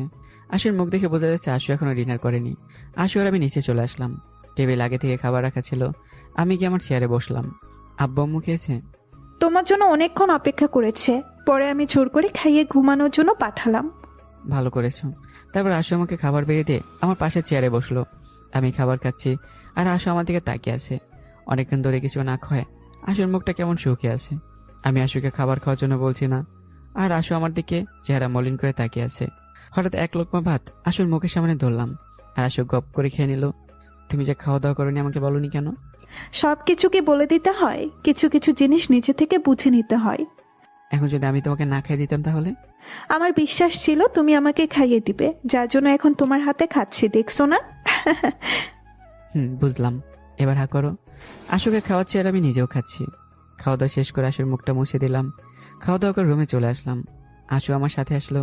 এসে বিছানায় বসলাম। আমি বলছিলাম কি, আজ তো অনেক রাত হয়ে গিয়েছে, তাই আজ আর পড়তে বসবো না, আমার অনেক ঘুম পাচ্ছে। ঠিক আছে, আজ পড়তে হবে না, কিন্তু কাল থেকে নিয়মিত পড়তে বসবে, কারণ সামনে কিন্তু তোমার ফাইনাল পরীক্ষা। কাল থেকে আর মিস হবে না, কাল থেকে নিয়মিত পড়তে বসবো। চলো এখন ঘুমাবো। বিছানার এক পাশে শুয়ে পড়লো। আমি এখনো বসে আছি। তুমি তোমার রুমে গিয়ে ঘুমাও। আজও আমি তোমার সাথে ঘুমাবো, এটা তোমার শাস্তি, কারণ তুমি আজ অফিস থেকে দেরি করে এসেছো। আজই কিন্তু লাস্ট। দেখা যাবে। কিছু বললে? কই না তো। তারপর আমি শুয়ে পড়লাম। আমি শুয়ে পড়তে আশু এসে আমার বুকে মাথা রেখে শুয়ে পড়লো। হঠাৎ মনে পড়লো আজ তো আশুর জন্য চকলেট এনেছিলাম, যা এখনো দেয়া হয়নি। আশুকে জোর করে আমার বুক থেকে সরালাম। সরিয়ে আমি বিছানা থেকে উঠে পড়লাম। আমার কাণ্ড দেখে আশু রীতিমতো অবাক হচ্ছে। আশু কিছুই বুঝতে পারছে না আমি কেন একে সরিয়ে দিলাম। আমি আশুর অবস্থা বুঝতে পেরে তাড়াতাড়ি করে চকলেটগুলো নিয়ে আসলাম। চকলেটগুলো এনে আশুকে দিলাম, দিয়ে আবার শুয়ে পড়লাম এবং আশুকে টান দিয়ে আমার বুকে নিয়ে আসলাম। আশু এতক্ষণে কিছুটা স্বাভাবিক হয়েছে। এভাবে কি কেউ উঠে যায়? কেন, কি হয়েছে? আমি তো ভয় পেয়ে গিয়েছিলাম। কেন গো? আমি ভাবলাম তোমার বুকে এসে শুয়েছি বলে রাগ করে চলে যাচ্ছ। কি যে বলো না, আমি কি আমার পিচ্চি বউটার সাথে রাগ করতে পারি? এসব কথা বাদ দাও, এখন চকলেট খাও। আমি এই চকলেট খাবো না। কেন? কারণ তুমি এই চকলেট আনতে গিয়ে আমাকে ভয় দেখিয়েছো। আচ্ছা সরি, আর এমন করবো না, এবার খাও। এই নাও, আমাকে খাইয়ে দাও। চকলেটের প্যাকটা আমার দিকে দিয়ে আমি আশুকে চকলেট খাইয়ে দিচ্ছি, আর আশু বাচ্চাদের মতো করে চকলেট খেয়ে যাচ্ছে। আমি অপলক দৃষ্টিতে তাকিয়ে আছি। এভাবে তাকিয়ে আছো কেন? তুমিও কি চকলেট খাবে নাকি? তুমি খাও, এতে আমার শান্তি। না না, এই নাও, তুমিও একটু খাও, না হলে আমার পেট ব্যথা করবে। আমার মুখে এক টুকরো চকলেট দিল আর হাসাহাসি করছে। এখন তাড়াতাড়ি খাও, ঘুমাতে হবে। আশু চকলেট খাওয়া শেষ হলে আমার বুকে মাথা রেখে শুয়ে পড়ে। যদি এতক্ষণে আমার বুকে শুয়ে শুয়ে চকলেট খাচ্ছিল, তবে এখন শক্ত করে জড়িয়ে ধরেছে। কিছুক্ষণের মধ্যে আশু ঘুমিয়ে পড়ে। আমার মুখটা হালকা উঠে আশুর কপালে ভালো লাগা পরশ এঁকে দিলাম। আশু কিছুটা নড়ে সরে আবার ঘুমিয়ে পড়লো। আমি আশুকে জড়িয়ে ধরে ঘুমিয়ে পড়লাম। এভাবে আমাদের সময় যেতে লাগলো। দুজন দুজনের প্রতি টান, ভালোবাসা, যত্ন নেওয়া ইত্যাদি ইত্যাদি হাজার গুণ বাড়তে লাগলো। বলতে পারেন কেউ কাউকে ছাড়া এক মুহূর্তও থাকতে পারি না। পবিত্র ভালোবাসা মনে হয় এমনই হয়, যেখানে একজন আরেকজনের প্রতি আস্থা বিশ্বাস থাকবে। সেই ভালোবাসা কখনো মরিচা ধরে না, শুধু থাকবে প্রিয়জনের প্রতি ভালোবাসা। ভালোবাসা বাড়ার সাথে সাথে আশুর বায়নাগুলো বেড়ে গিয়েছে। যেমন অফিস থেকে তাড়াতাড়ি আসা, কোনো মেয়ের দিকে না তাকানো, অফিস থেকে আসার সময় কিছু নিয়ে আসতে হবে, আর না আনলে আমার সাথে কথা বলে না। আরও একটা নতুন বায়না ধরেছে, অফিসে যাওয়ার সময় এবং রাতে আসার সময় তাকে চুমু দিতে হবে। এটা নাকি স্ত্রী হয়ে স্বামীর কাছে অধিকার। আমার আর কি, আশুর পাগলামিগুলো মানে বায়নাগুলো পূরণ করতে অনেক ভালোই লাগে। যখন কোনো কারণে রাগ করে বায়না ধরে না, তখন আশুর বায়নাগুলো মিস করি। হতে পারে এটাই ভালোবাসা। আশু এখন প্রতিদিন নিয়মিত পড়তে বসে, তবে আমার রুমে। আশু যতক্ষণ পড়বে ততক্ষণ আশুর পাশে চেয়ারে বসে থাকতে হবে। ওর পড়া শেষ হলে দুজনে একসাথে জড়াজড়ি করে ঘুমিয়ে পড়ি। যদিও পড়া শেষে আশুকে রুমে গিয়ে ঘুমোতে বলি, কিন্তু প্রতিদিন কোনো না কোনো অজুহাত দিয়ে আমার সাথে ঘুমাবে। আশুর পড়া শেষে আমার সাথে থেকে যাওয়া ব্যাপারটা মনে হয় আম্মু আন্দাজ করতে পেরেছে, তবে আম্মু আমাদের কিছু বলেনি। হতে পারে আমরা স্বামী স্ত্রী, তাই। দেখতে দেখতে 3 মাস চলে গেল। আগামী শনিবার থেকে আশুর ফাইনাল পরীক্ষা শুরু। আশু এখন খুব মনোযোগ দিয়ে পড়াশোনা করছে। আম্মা অবশ্য অনেক আগে থেকেই আশুর কাজ বন্ধ করে দিয়েছে মন দিয়ে পড়ার জন্য। পরীক্ষার আর 2 দিন বাকি, তাই বেশি রাত পর্যন্ত আশু পড়ে। আশুর পড়ার ধরন কিছুটা পরিবর্তন করেছে, কারণ অফিস থেকে সে আশুর সাথে কিছুক্ষণ চেয়ারে বসে থাকতে কোমর ব্যথা ধরে যায়। এসব আমি বলিনি, আশুই বলেছে। তাই আমাকে এখন আর বিছানায় পা দুটো সামনে রেখে সোজা রেখে বসতে হয়, আর আশু আমার কোলে বসে পড়ে। আমাকে আবার পিছন থেকে আশুকে জড়িয়ে ধরতে হয়, তা না হলে নাকি আশুর পড়ায় মন বসে না। আমি এখনো ঠিক বুঝলাম না পড়ার এই পরিবর্তনে করা সুবিধা হলো আমার নাকি আশুর। বিষয়টি নিয়ে ভাবতে হবে। আপনারা কি বলেন, পড়ার এই পরিবর্তনে কার লাভ হলো, আমার নাকি আশুর? দেখতে দেখতে আশুর পরীক্ষা দিনে চলে আসলো। আশু ভোরবেলা ঘুম থেকে উঠে পড়েছে পড়তে বসার জন্য। সকাল 10টায় পরীক্ষা শুরু হবে, তাই আমিও আর বেশি শুয়ে না থাকে উঠে ফ্রেশ হয়ে নিলাম। ফ্রেশ হয়ে এসে নিচে গিয়ে আমার আর আশুর জন্য নাস্তা নিয়ে আসলাম আমার রুমে। আশুকে আমি নাস্তা খাইয়ে দিচ্ছি, আর আশু মন দিয়ে পড়ছে। আশুর সাথে সাথে আমিও খাচ্ছি। নাস্তা করার পর আশু রেডি হতে চলে গেল। আমি অফিসের জন্য রেডি হতে লাগলাম। আজ প্রথম পরীক্ষা, তাই আজ একটু আগে যেতে হবে। তাই আব্বু আমার কাছ থেকে দোয়া নিয়ে আশুকে নিয়ে পরীক্ষার হলে চলে আসলাম। কলেজের গেট এখনো খোলেনি। আশু আর আমি বাইরে দাঁড়িয়ে আছি, সাথে আরো হাজারো মানুষ। এই শোনো না, আমার না ভয় করছে। তুমি না আমার পিচ্ছি বউ, তোমার মুখে এইসব কথা শোভা পায় না। একদম ভয় পাবে না, মন দিয়ে পরীক্ষা দেবে। যেগুলো কমন পড়বে সেগুলো আগে শেষ করে ফেলবে। কিছুক্ষণের মধ্যে গেট খুলে দিল। আশুর পরীক্ষা যাওয়ার হলের সময় চলে এসেছে। চারপাশে তাকিয়ে দেখলাম সবাই ভেতরে যাওয়া নিয়ে ব্যস্ত হয়ে পড়েছে। তোমার হাতটা দাও তো। কি করবে? আশুর ডান হাতটা আমার হাতে দিয়ে চারপাশে তাকিয়ে আশুর হাতে ছোট্ট করে একটা ভালোবাসার পরশ এঁকে দিলাম। আশু চুপ করে আছে। এখন যাও, আর মন দিয়ে পরীক্ষা দাও, কেমন? একদম সময় নষ্ট করবে না। সবার কাছেই দোয়া চাইলাম, শুধু তুমি পাতে আমার জন্য দোয়া করো কিন্তু। পাগলি একটা, আমার কাছে দোয়া চাইতে হবে না। আমার দোয়া সবসময় তোমার সাথে আছে। এখন যাও, দেরি হয়ে যাচ্ছে।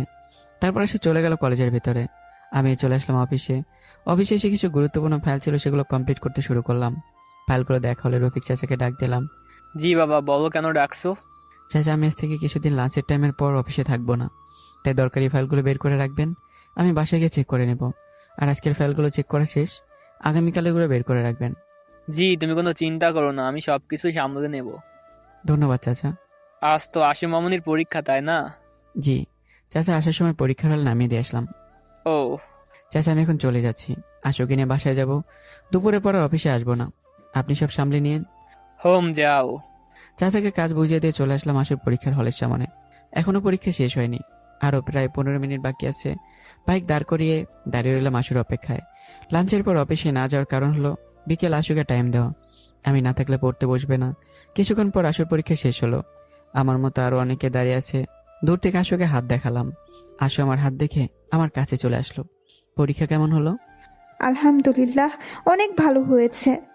বলেছিলাম না টেনশন করো না, পরীক্ষা ভালো হবে। এখন চলো বাসায় যাওয়া যাক। চলো। আশুকে নিয়ে বাসার দিকে রওনা দিলাম। বাইক তার আপন গতিতে চলছে। এভাবে দেখতে দেখতে এক এক করে আশু সবগুলো পরীক্ষা শেষ হতে চলেছে। আজ আশুর শেষ পরীক্ষা। পরীক্ষার হলের সামনে দাঁড়িয়ে আছি। কিছুক্ষণের মধ্যে আশু পরীক্ষা শেষ হবে।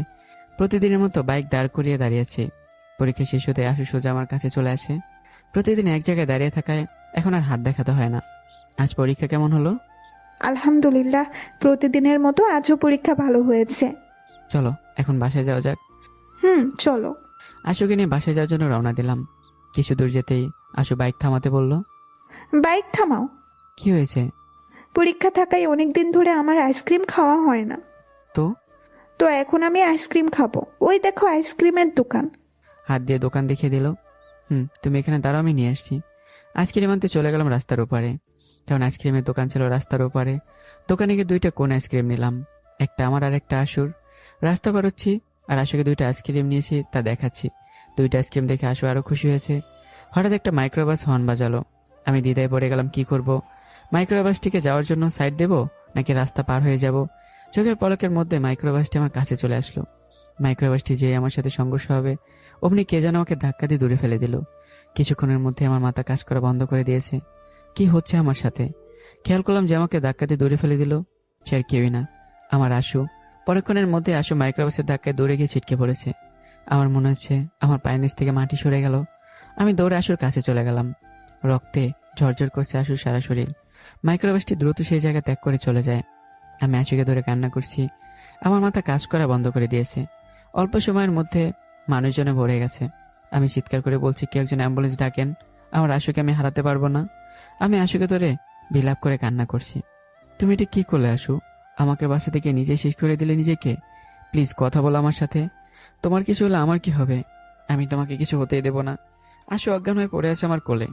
কিছুক্ষণ পর একটা অ্যাম্বুলেন্স আসলো। কে মনে হয় ফোন করেছিল। আমি আশুকে কোলে করে অ্যাম্বুলেন্সে শুয়ে দিলাম। অ্যাম্বুলেন্স চলতে শুরু করলো। বাসায় ফোন করে দিলাম। আম্মু ফোন ধরলো। কি বলবো তাদের?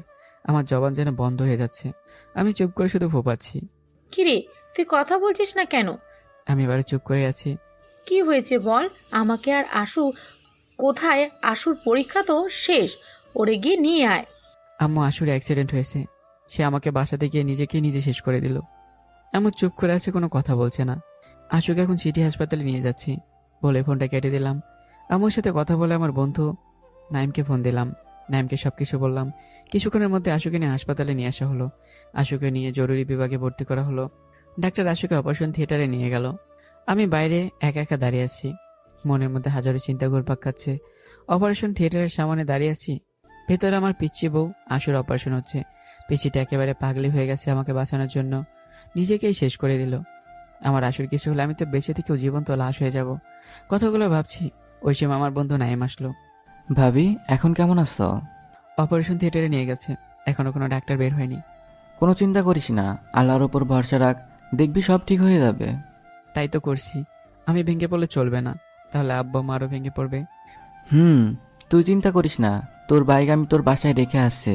তুই আমাদের বাসায় গিয়েছিলি? তাহলে আব্বা আম্মুর কি অবস্থা? ওরা এখন আসছে না কেন? আমি কি দেখে আঙ্কেল আন্টির মাথায় পানি দিচ্ছে। পরে আঙ্কেল বলল তোর সাথে কথা বলার পর নাকি জ্ঞান হারিয়ে ফেলেছে। তাই আমি আঙ্কেলকে আন্টির কাছে থাকতে বলেছি। আর আমি এখন হাসপাতালে। কিছুক্ষণ পর 2জন ডাক্তার আর 2জন নার্স বেরিয়ে আসলো। একজন ডাক্তার থাকলো, বাকি সবাই চলে গেল। আমি দৌড়ে ডাক্তারের কাছে গেলাম। ডাক্তার, আমার আশু কেমন আছে? প্লিজ ডাক্তার বলুন তো, আমার আশুর কিছু হবে না? শুনুন, রোগীর প্রচুর রক্তক্ষরণ হয়েছে, তাই যত দ্রুত পারেন এ পজিটিভ রক্তের ব্যবস্থা করেন। আমি খোঁজ নিয়ে দেখেছি আমাদের হাসপাতালের ব্লাড ব্যাংকে এ রক্ত নেই। এখন রোগ বিপদমুক্ত, কিন্তু 1 ঘন্টার মধ্যে যদি রক্ত ব্যবস্থা করতে না পারেন তাহলে রোগীকে বাঁচানো সম্ভব হবে না। ডাক্তার, আমার রক্তের গ্রুপ এ পজিটিভ, যত রক্ত লাগে আমার কাছ থেকে নিন। আলহামদুলিল্লাহ, আমরা যদি এখনই রোগীকে রক্ত সরবরাহ করতে পারি তাহলে রোগীর দ্রুতই জ্ঞান ফেরা সম্ভব হবে। আপনি আসুন আমার সাথে। আমি নাইমকে শক্ত করে জড়িয়ে ধরলাম। জীবনে বন্ধুর ভূমিকা কতটুকু আজ আমি বুঝতে পারলাম। আজ নাইম না থাকলে অন্য কিছু হতে পারত। বন্ধু, আমি তোর এই ঋণ কোনোদিন শোধ করতে পারবো না। চুপ, একদম কান্না করবি না। তুই আমার বন্ধু না, তুই আমার ভাইয়ের থেকেও বেশি। আর তুই যে ঋণের কথা বলছিস না, এটা তো সামান্য কারণ। আমি তোর কাছে এর থেকেও বেশি ঋণী। তুই আমার বাবার জীবন বাঁচিয়েছিস, আজ তোর জন্য আমার বাবার জীবন বেঁচে আছে। কথাগুলো বলে নাইম ডাক্তারের সাথে চলে গেল রক্ত দিতে। আসলে আমি একদিন নাইমের বাবার জীবন বাঁচিয়েছিলাম। নাইমের বাবা ব্যবসায়ী মানুষ। একদিন রাতে আমি রাস্তা দিয়ে আনমনে হাঁটছিলাম, তখন একজন লোকের চিৎকার শুনতে পেলাম। দৌড়ে লোকটার কাছে গেলাম, গিয়ে দেখি 4 থেকে 5 জন লোক নাইমের বাবাকে মারছে।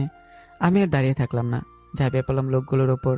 লোকগুলোকে উড়কি মারতে শুরু করলাম। এক পর্যায়ে লোকগুলো পালিয়ে যায়। তারপর নাইমকে ফোন করে আনি। পরে জানতে পারি নাইমের বাবা ব্যবসায়ী অংশীদাররাই লোক পাঠিয়েছে।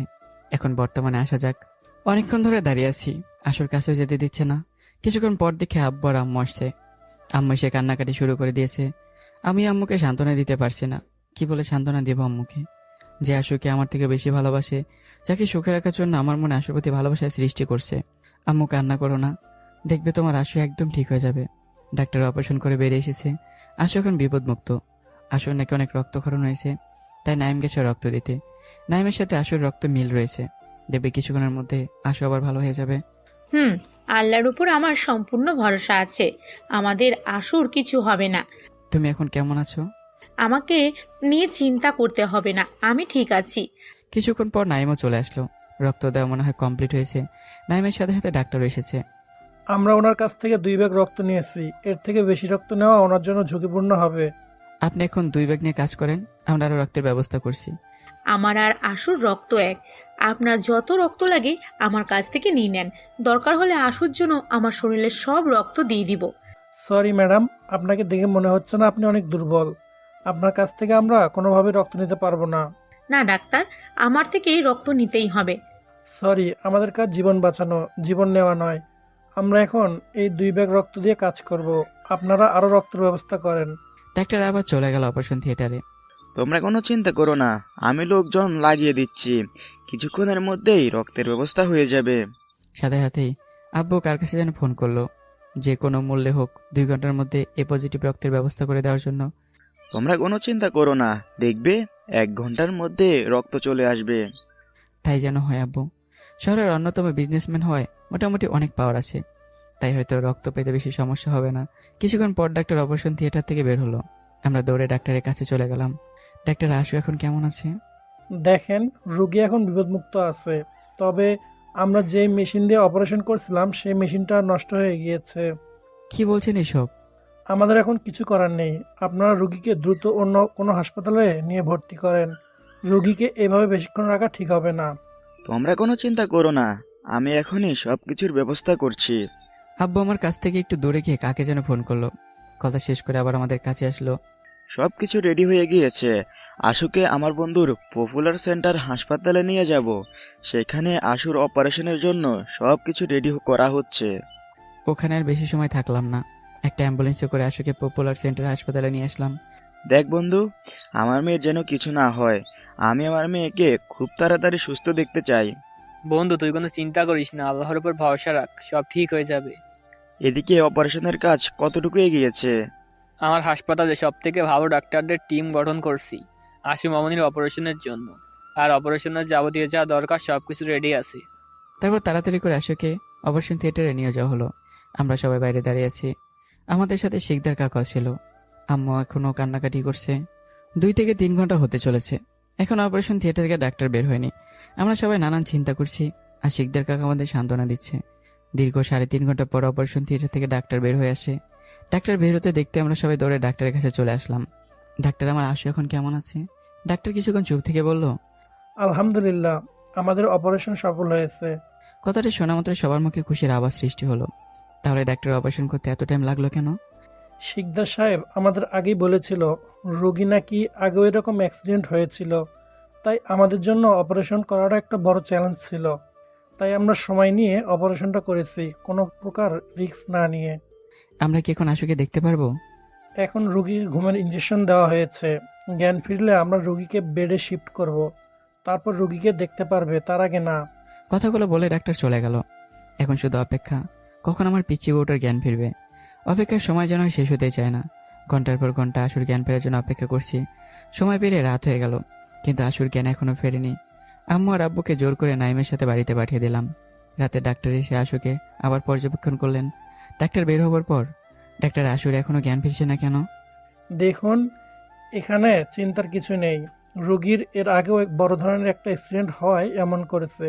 তবে কাল সকালের মধ্যে জ্ঞান ফিরে আসবে, বাকি সব উপরওয়ালার কাছে। ডাক্তার, আমি কি এখন আশুর সাথে দেখা করতে পারি? দেখুন, আপনাকে আগে বলেছি রোগীর জ্ঞান না ফেরা পর্যন্ত দেখা করতে পারবেন না। প্লিজ ডাক্তার, আমাকে এক নজর দেখতে দেন। এইভাবে যেতে দেওয়া ঠিক না, তবে আপনাকে যেতে দিচ্ছি, কিন্তু রোগীর সামনে কোনো ধরনের কথা বলা যাবে না। জি ডাক্তার। স্বস্তির একটা নিঃশ্বাস ছাড়লাম। অবশেষে আমার পিচ্চি বউটাকে দেখতে পারবো। একজন নার্স এসে আশুর কেবিনের দরজা খুলে দিল। আস্তে আস্তে আশুর কাছে গেলাম। আমার সামনে চঞ্চল একটা বডি স্থির হয়ে শুয়ে আছে, কোনো নাড়াচাড়া করছে না। আসলে আমার নীরবতা দেখে নিজেকে আর সামলে রাখতে পারলাম না। দুচোখ দিয়ে অঝরে কষ্ট নামক পানি বেয়ে পড়ছে। আশুর বেডের পাশে একটা চেয়ার ছিল। আস্তে আস্তে চেয়ারটিতে বসলাম। নার্স, আপনি একটু বাইরে যাবেন প্লিজ?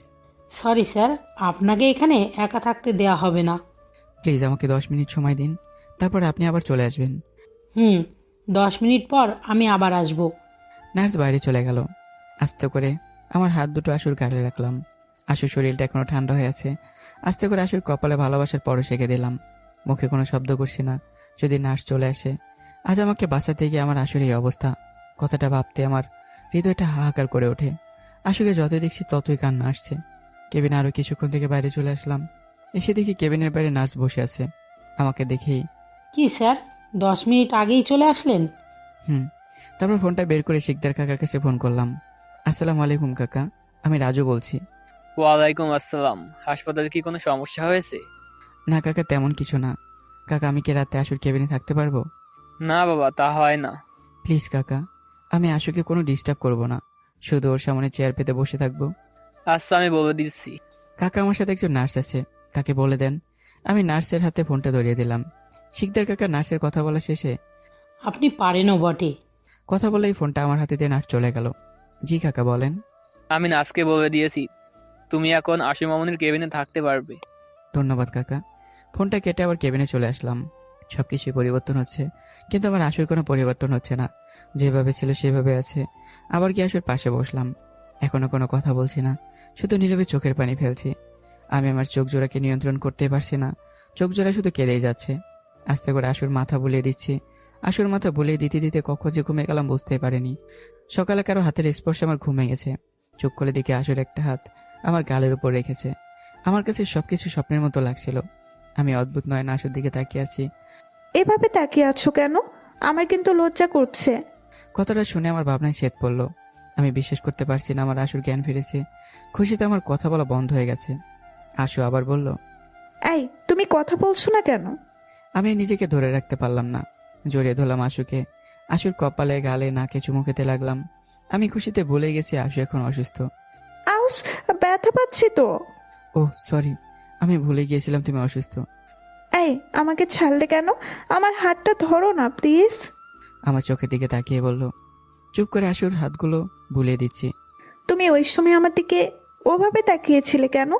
আমি মনে করেছিলাম, আমি স্বপ্ন দেখছিলাম যে তোমার জ্ঞান ফিরেছে। এখন বিশ্বাস হয়েছে? হয়েছে। কয়টা বাজে এখন? ওয়েট, দেখে বলছি। ঘড়িতে তাকিয়ে দেখে ভোর 5টা বাজে। আমার দিকে তাকিয়ে আছে। ভোর 5:30 বাজে। তুমি শুয়ে থাকো, আমি এক্ষুনি ডাক্তারকে ডেকে আনছি। না, এখন যেতে হবে না, পরে যেও। আমার হাত ধরে আটকেই বলল, ডাক্তার তো তোমার চেক আপ করবে। পরে করবে, এখন বলো না প্লিজ। তোমার জ্ঞান ফিরেছে কখন? আবার চেয়ারে বসে আশুর হাতটা ধরলাম। এখনই জ্ঞান ফিরবে। জ্ঞান ফেরার পর দেখে তুমি আমার মাথা হাতে রেখে ঘুমিয়ে আছো। আর আমি যখন তোমার গালে স্পর্শ করি তখন তোমার ঘুম ভেঙে যায়, আর তুমি ভেবেছিলে তুমি স্বপ্ন দেখছো। ও, আমি কিন্তু তোমার উপর রেগে আছি। তুমি কেন এমন পাগলামি করলে? তোমার কিছু হয়ে গেলে আমি কি নিয়ে বাঁচতাম বলো? তুমিই বলো। আমার চোখের সামনে আমার ভালোবাসার মানুষগুলো এক এক করে হারিয়ে দিতে পারি। সবাই বলে আমার জন্য নাকি আমার বাবা মা মারা গিয়েছে। এখন আবার আমার জন্য যদি তোমার কিছু একটা হতো, তাহলে আমি বেঁচে থেকেও জীবন্ত লাশ হয়ে যেতাম। আমি চাই না আমার ভালোবাসার মানুষগুলো আমার থেকে দূরে চলে যাক। কথাগুলো বলছে আর কান্না করছে। এই কান্না করো না প্লিজ। তোমার কান্না আমি একদম সহ্য করতে পারি না। আর এখন তোমার বেশি কথা বলা ঝুঁকিপূর্ণ। এখন যাই, ডাক্তারকে ডেকে আনি। যাও। এই শোনো, চলে যাচ্ছিলাম, পিছন থেকে আবার ডাক দিল। কিছু বলবে? তুমি কাল থেকে কিছু খাওনি তাই না? ঠিকই তো। আমি কাল সকালে নাস্তা করার পর আর কিছু খাইনি। আসলে টেনশনে সবকিছু ভুলে গেছি। এখন গিয়ে বাইরে থেকে কিছু খেয়ে নিবে। তোমাকে ছাড়া লাস্ট কবে খেয়েছি আমার মনে নেই। তোমাকে ছাড়া আমি একা কিভাবে খাই বলো? পাগলামো করো না। আমাকে তো স্যালাইন দিয়ে রেখেছে, এখন এটাই আমার খাবার। ডাক্তারকে জিজ্ঞাসা করে দেখে নিও। আচ্ছা, খাবো নি। আশুকে কেবিনে রেখে বাইরে চলে আসলাম। আব্বুকে ফোন দিলাম। আসসালামু আলাইকুম আব্বু, আশুর জ্ঞান ফিরেছে। আমি আশুর সাথে কথা বলেছি, এখন মোটামুটি ভালো আছে। ওয়ালাইকুম আসসালাম। আলহামদুলিল্লাহ। আমি আর তোর আম্মু রাস্তায় আছি, এখনই চলে আসবো। এত ভোরে এসে কি করবে? বাচ্চা একটু রেস্ট নাও। হাসপাতালে মেয়েকে রেখে কি বাসায় মন থাকে? তোর আম্মু সারা রাত 2 চোখ এক করেনি। আচ্ছা, সাবধানে আসো। আব্বুর কাছ থেকে ফোন কেটে দিয়ে নাইমকে একটা ফোন দিলাম। প্রথমবার রিং হয়ে কেটে গেছে, মনে হয় ঘুমোচ্ছে। আবার ফোন দিলাম, সাথে সাথে রিসিভ করলো। নাইম, আশুর জ্ঞান ফিরেছে। আমি কথা বলেছি, এখন মোটামুটি ভালো আছে। আলহামদুলিল্লাহ, আমি এখন আসছি। আরে না, তোর এখন আসতে হবে না। তুই টেনশন করবি তাই এখন জানালাম। এখন ঘুমা, পরে সময় করে আসিস। আচ্ছা। নাইমের সাথে কথা বলে ফোন কেটে দিলাম। এরপর ডাক্তারের কেবিনে গেলাম। আসসালামু আলাইকুম স্যার, আশুর জ্ঞান ফিরেছে। আলহামদুলিল্লাহ। আমি বলেছিলাম না সকালের মধ্যে রোগীর জ্ঞান ফিরবে। এখন চলেন দেখে আসি। চলেন। স্যার, আপনি কি রাতে বাসায় যাননি? এত ভোরে হাসপাতালে চলে আসলেন? আশুর কেবিনের দিকে যেতে যেতেই বললাম। শিকদার সাহেবের নির্দেশ, গতকাল বিকাল থেকে আগামী 48 ঘন্টা হাসপাতাল থাকতে হবে, যেন রোগীর সেবায় কোনো গাফিলতি না হয়। ধন্যবাদ স্যার। ডাক্তার আমি দুজনে আশুর কেবিনে প্রবেশ করলাম। ডাক্তার ভালোভাবে আশুর চেক আপ করছে। আশুর চেক আপ শেষে, এখন আর চিন্তার কিচ্ছু নেই, এখন শুধু ক্ষতস্থানগুলো শুকাতে সময় লাগবে। জি ডাক্তার। আর রোগীর আরো কিছুদিন হাসপাতালে থাকতে হবে। জি ডাক্তার। আচ্ছা, আশু কি এখন কিছু খেতে পারবে? রোগীর এখন মাত্র জ্ঞান ফিরেছে, এখন কিছু খেতে পারবে না। 12 ঘন্টা আগে কিছু খাওয়ানো যাবে না। আপনি চিন্তা করবেন না, রোগীকে স্যালাইন দেওয়া হয়েছে, অন্য কিছুর প্রয়োজন নেই। জি ডাক্তার। ডাক্তার চলে গেল। আমি আশুর হাতগুলো আমার হাতের মুঠোয় নিয়ে আশুর পাশে বসলাম। কি বলেছিলাম না আমি এখন কিছু খেতে পারবো না, আমাকে স্যালাইন দেওয়া হয়েছে। বুঝেছি। তুমি এখনো কিছু খাওনি কেন? পরে দেখবে আমাকে সুস্থ করতে গিয়ে তুমি নিজেই অসুস্থ হয়ে গিয়েছো। তুমি অসুস্থ থাকলে আমি এমনিতেই অসুস্থ থাকি। আব্বু আম্মা আসতেছে, ওনারা আসার পর গিয়ে কিছু খেয়ে আসবো। ওকে?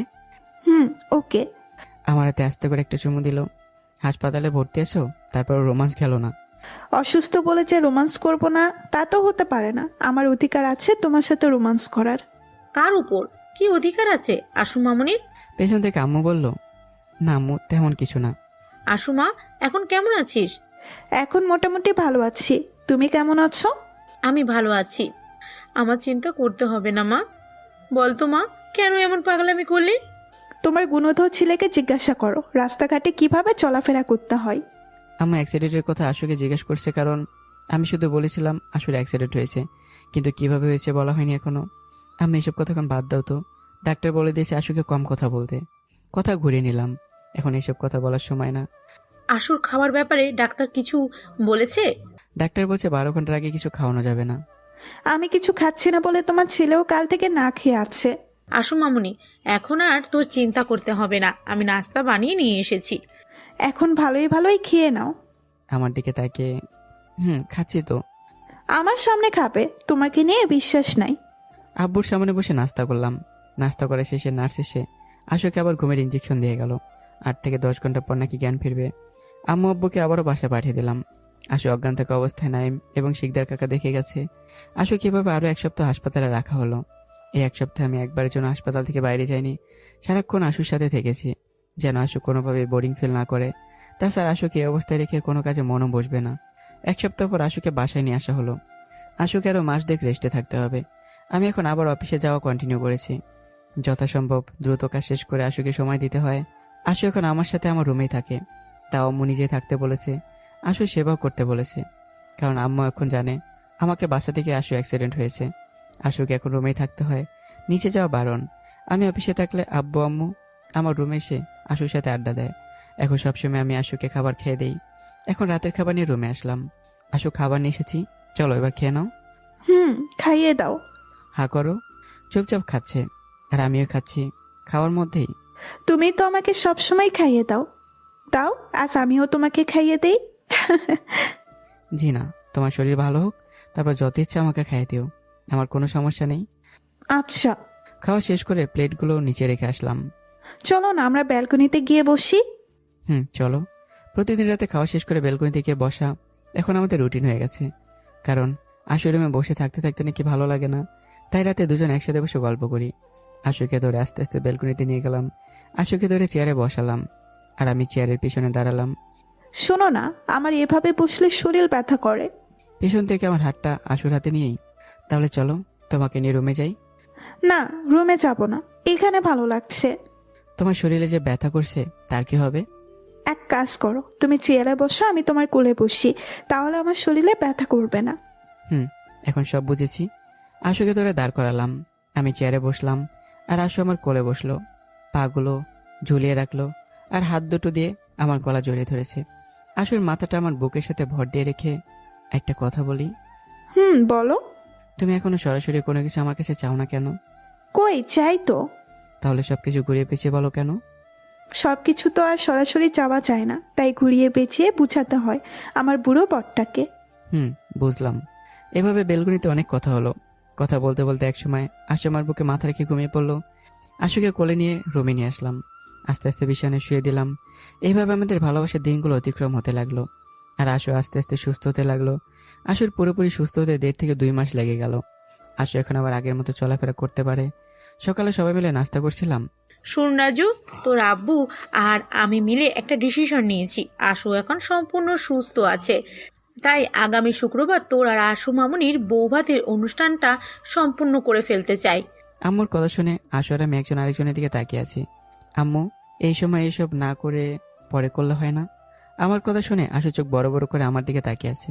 থাক বাবা, আর ঢং করতে হবে না, সময় আর বেশি নেই। বিকালে মার্কেটে যাব, তাই অফিস থেকে তাড়াতাড়ি বাসায় আসবি। ঠিক আছে। নাস্তা শেষ করে রুমে আসলাম। অফিসে যাওয়ার জন্য রেডি হতে হবে।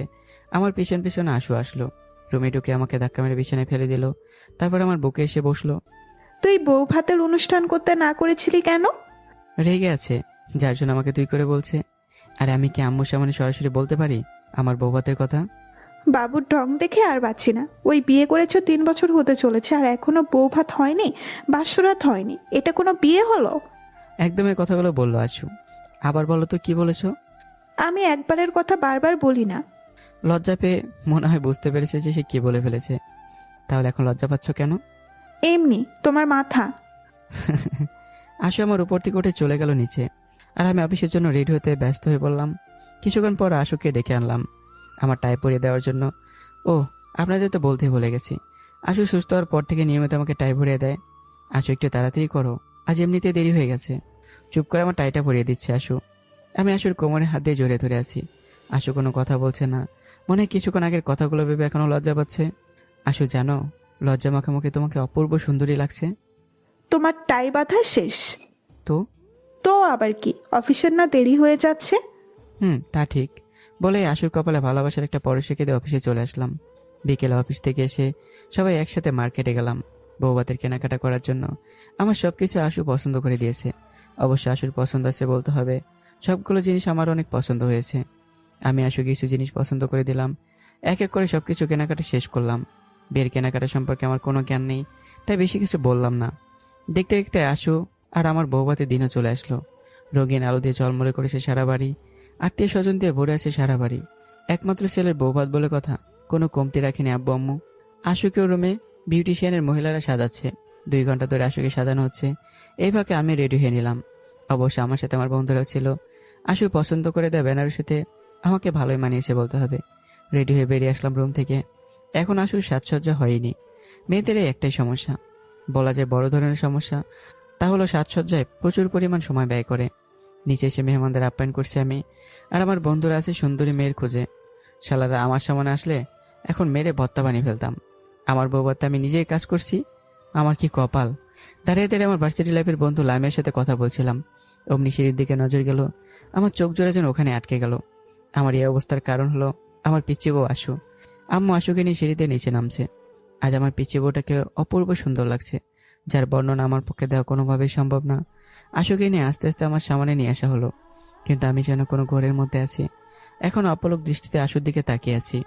হঠাৎ আমার কাঁধে কারো হাত অনুভব করলাম, যে দেখে আম্মু আমার কাঁধে হাত রেখেছে। ভাবতে লাগলাম, আম্মু না আশুর সাথে সিঁড়িতে ছিল, এখানে কিভাবে আসলো? ভালো করে তাকিয়ে দেখে আম্মুর সাথে আশু দাঁড়িয়ে আছে। আম্মু আমাকে বলল, যা আশুকে নিয়ে গিয়ে স্টেজে বস, মেহমানরা সবাই চলে এসেছে। আশুর হাতটা আমার হাতে দিয়েই যাচ্ছি। আশুর হাত ধরে স্টেজের দিকে যাচ্ছি। সবাই আমাদের দিকে হাততালি দিচ্ছে। আম্মুর সাথে এখনো কোনো কথা হয়নি। স্টেজের পাশাপাশি দুটো চেয়ার রাখা হলো, যা খুব সুন্দর করে সাজানো। আশু আর আমি দুটো চেয়ারে বসলাম। আশু আমার কানে কানে বলল, অমন ড্যাব ড্যাব করে তাকিয়ে আছো কেন? সবাই কি বলবে? কই না তো, আমি তো জাস্ট আমার বউটাকে দেখছিলাম। তা ভালো করেই জানি। তোমার সাথে মেয়েটা কে ছিল? কোন মেয়ের কথা বলছো গো? যে মেয়েটির সাথে এতক্ষণ দাঁড়িয়েছিলে? ও ও হলো লামিয়া, আমার ভার্সিটি লাইফের বন্ধু। একটু চোখের আড়াল করলাম, এতেই জনাব অন্য মেয়ের সাথে ঢলাঢলি শুরু করে দিলে? মনে হচ্ছে চোখ দিয়ে গেলে খাবে। নাওজুবিল্লাহ, এসব কি বলছো? অনেকদিন পর দেখা হলো, তাই একটু কথা বলছিলাম। আজ রাতে তোমার সব শখ বের করব। বলে চলে গেল ছবি তুলতে। আমি তো আশুর কথা শুনে রীতিমতো ভ্যাবাচাকা খেয়ে গেলাম। ঘোর বাংলো বন্ধুদের ডাকে, কি রে, কি এত ভাবছিস? বাবির সাথে দাঁড়া, তোদের ছবি তুলবো। দাঁড়াচ্ছি। সবাই এখন আমাদের ছবি তোলা ব্যস্ত হয়ে পড়েছে। ছবি তোলা হলো, ভিডিও করা হলো, আরও কত কি। দেখতে দেখতে আমাদের অনুষ্ঠান সুন্দরভাবে শেষও হলো। এখন রাত বাজে 12:30। আমরা বন্ধুরা সবাই মিলে ছাদে আড্ডা দিচ্ছি। অনুষ্ঠান শেষ হয়েছে সেই 11টা বাজে। তারপর থেকে আমাদের আড্ডা চলছে। কিছুক্ষণ পর আমার এক ভাবি আসলো ছাদে, মানে আমার মামাতো ভাইয়ের বউ। কি ছোট জামাই, আজ যে তোমার বাসর রাত, তা কি ভুলে গেলে নাকি? মেয়েটা সেই কখন থেকে একা একা রুমে বসে আছে। আমি ভাবছি আজ বাসরটা তোমার সাথেই করব। কি, আশুকে বলবো নাকি ব্যাপারটা? তো এত ছোট জামাই করো কেন? এসব কথা বাদ দাও, এখন তাড়াতাড়ি তোমরা রুমে যাও, না হলে তোমাকে ডাকতে তোমার আম্মু আসবে বলেছে। তুমি যা, আমি আসতেছি। ভাবি চলে গেল। আমি বন্ধুদের কাছ থেকে বিদায় নিয়ে নিচে আসবো, তখন আমার গুণধর বন্ধুরা বলে দিল বাসরাতে বিড়াল মারতে। জাগা মাথা আমি কিছুই বুঝিনি। ছাদ থেকে নেমে রুমে আসলাম। এসে দেখি রুমের সামনে মহিলাদের ভিড়। দরজা আটকে দাঁড়িয়ে আছে সবাই। আমাকে দেখে সবাই বলতে লাগলো, আগে টাকা দাও, না হলে ভাষার ঘরে ঢুকতে পারবে না। আমার ঘরে আমি যাব, এতে টাকা দিতে হবে নাকি? এত বেশি কথা শুনতে আমরা চাই না। আমরা অনেক কষ্ট করে তোমার বাসর ঘর সাজিয়েছি, তাই আমাদের টাকা দাও। কত টাকা? 10,000 টাকা। কি, বাসর ঘর সাজাইতে 10,000 টাকা লাগে? লাগে, এখন টাকা দাও। সবাই আমার অবস্থা দেখে হাসাহাসি করছে। কিছু টাকা কমানো যায় না? না, কোনো কমাকমি নেই। তাহলে আর কি করার আছে? আমি আবার ছাদে চলে যাই। আমার কপালে মনে হয় বাসর ঘর নাই। মুখটা গোমরা করেই বললাম, এতে দেখি কোনো কাজ হয় কিনা। তুমি যদি এখন চলে যাও, তোমার যে গুন্ডি বউ বাবা আমাদের ছাড়বে না, তাই তোমার জন্য 5,000 টাকা ছাড় দিলাম, বাকি 5,000 টাকা দাও। এই নাও টাকা। 50 টাকা, 100 টাকার কতগুলো নোট দিলাম। এত গুঁড়ো টাকা কেন? গুনে নাও, তাহলেই তো হয়। এখন আমাকে যেতে দাও। আমার কাছ থেকে টাকা নেওয়া এবার বুঝো মজা। যাও, আর সব কিছু ধীরে সুস্থে তাড়াহুড়া করো না, কেমন? বলে সবাই হাসাহাসি শুরু করলো। আমি কিছু বললাম না। লজ্জা মুখে মুখে রুমে চলে আসলাম। রুমে এসে তো আমি সম্পূর্ণ অবাক হওয়ার কারণ হলো রুমটাকে অপরূপ সৌন্দর্যে সাজানো হয়েছে। রুম থেকে গোপন ফুলের সুবাসও আসছে, চারদিক থেকে মোমবাতির আলো আসছে। এত সৌন্দর্যের মাঝেও এর থেকে সুন্দরী একজন লুকিয়ে আছে, আর সে হলো আমার পিচ্চি বউ আশু। লক্ষ্য করলাম মিয়া লম্বা ঘোমটাতে বিছানার উপর বসে আছে। আমি যে রুমে এসেছি আশু মনে হয় টের পেয়েছে, যার জন্য বিছানা থেকে উঠে আমার সামনে আসলো। আশু আমার পা ধরে সালাম করতে যাবে, অমনি ওর বাহু ধরে দাঁড় করিয়ে দেই। পায়ে ধরে সালাম করতে হবে না, তোমার স্থান আমার বুকে। মাথা নাড়িয়ে হ্যাঁ বলল। উজু আছে তো তোমার? তাহলে একটু ওয়েট করো, আমি উজু করে আসছি। দুজনে একসাথে নামাজ পড়ব। উজু করে দুজনে একসাথে নামাজ আদায় করলাম। দোয়া করলাম যেন সবসময় একে অপরের বিশেষ আস্থা ধরে রাখতে পারি, একে অপরের সুখ দুঃখের সাথী হতে পারি। দোয়া শেষে আশু আবার বিছানায় গিয়ে বসে পড়ে। আমি এখন আমার পিচ্ছি বউটাকে দেখিনি, তাই আস্তে আস্তে আশুর পাশে গিয়ে বসলাম। আমার অস্তিত্ব পেয়ে আশু কিছুটা নড়ে চড়ে বসলো। আস্তে করে আশুর ঘোমটাটা সরালাম। অপূর্ব সুন্দর লাগছে আমার পিচ্ছি বউটাকে। সবসময় সুন্দর লাগে, কিন্তু আজ যেন সব কিছুকে হার মানাবে। অপলক দৃষ্টিতে তাকিয়ে দেখছি আজ আশুকে, কতই না সুন্দর লাগছে। এভাবে তাকিয়ে আছো কেন? আমার কিন্তু লজ্জা করছে। আরে আমার লজ্জাবতী রে, আসো তোমার লজ্জা ভেঙে দিচ্ছি। আশুকে টান দিয়ে আমার কাছে নিয়ে আসলাম। পেছন থেকে আশুকে জড়িয়ে ধরে মুখটা আশুর ঘাড়ে রাখলাম। আশু আমার হাতগুলো জড়িয়ে ধরে আছে। জানো, তোমাকে আজ অনেক সুন্দর লাগছে। কেন? এর আগে বুঝি সুন্দর লাগেনি?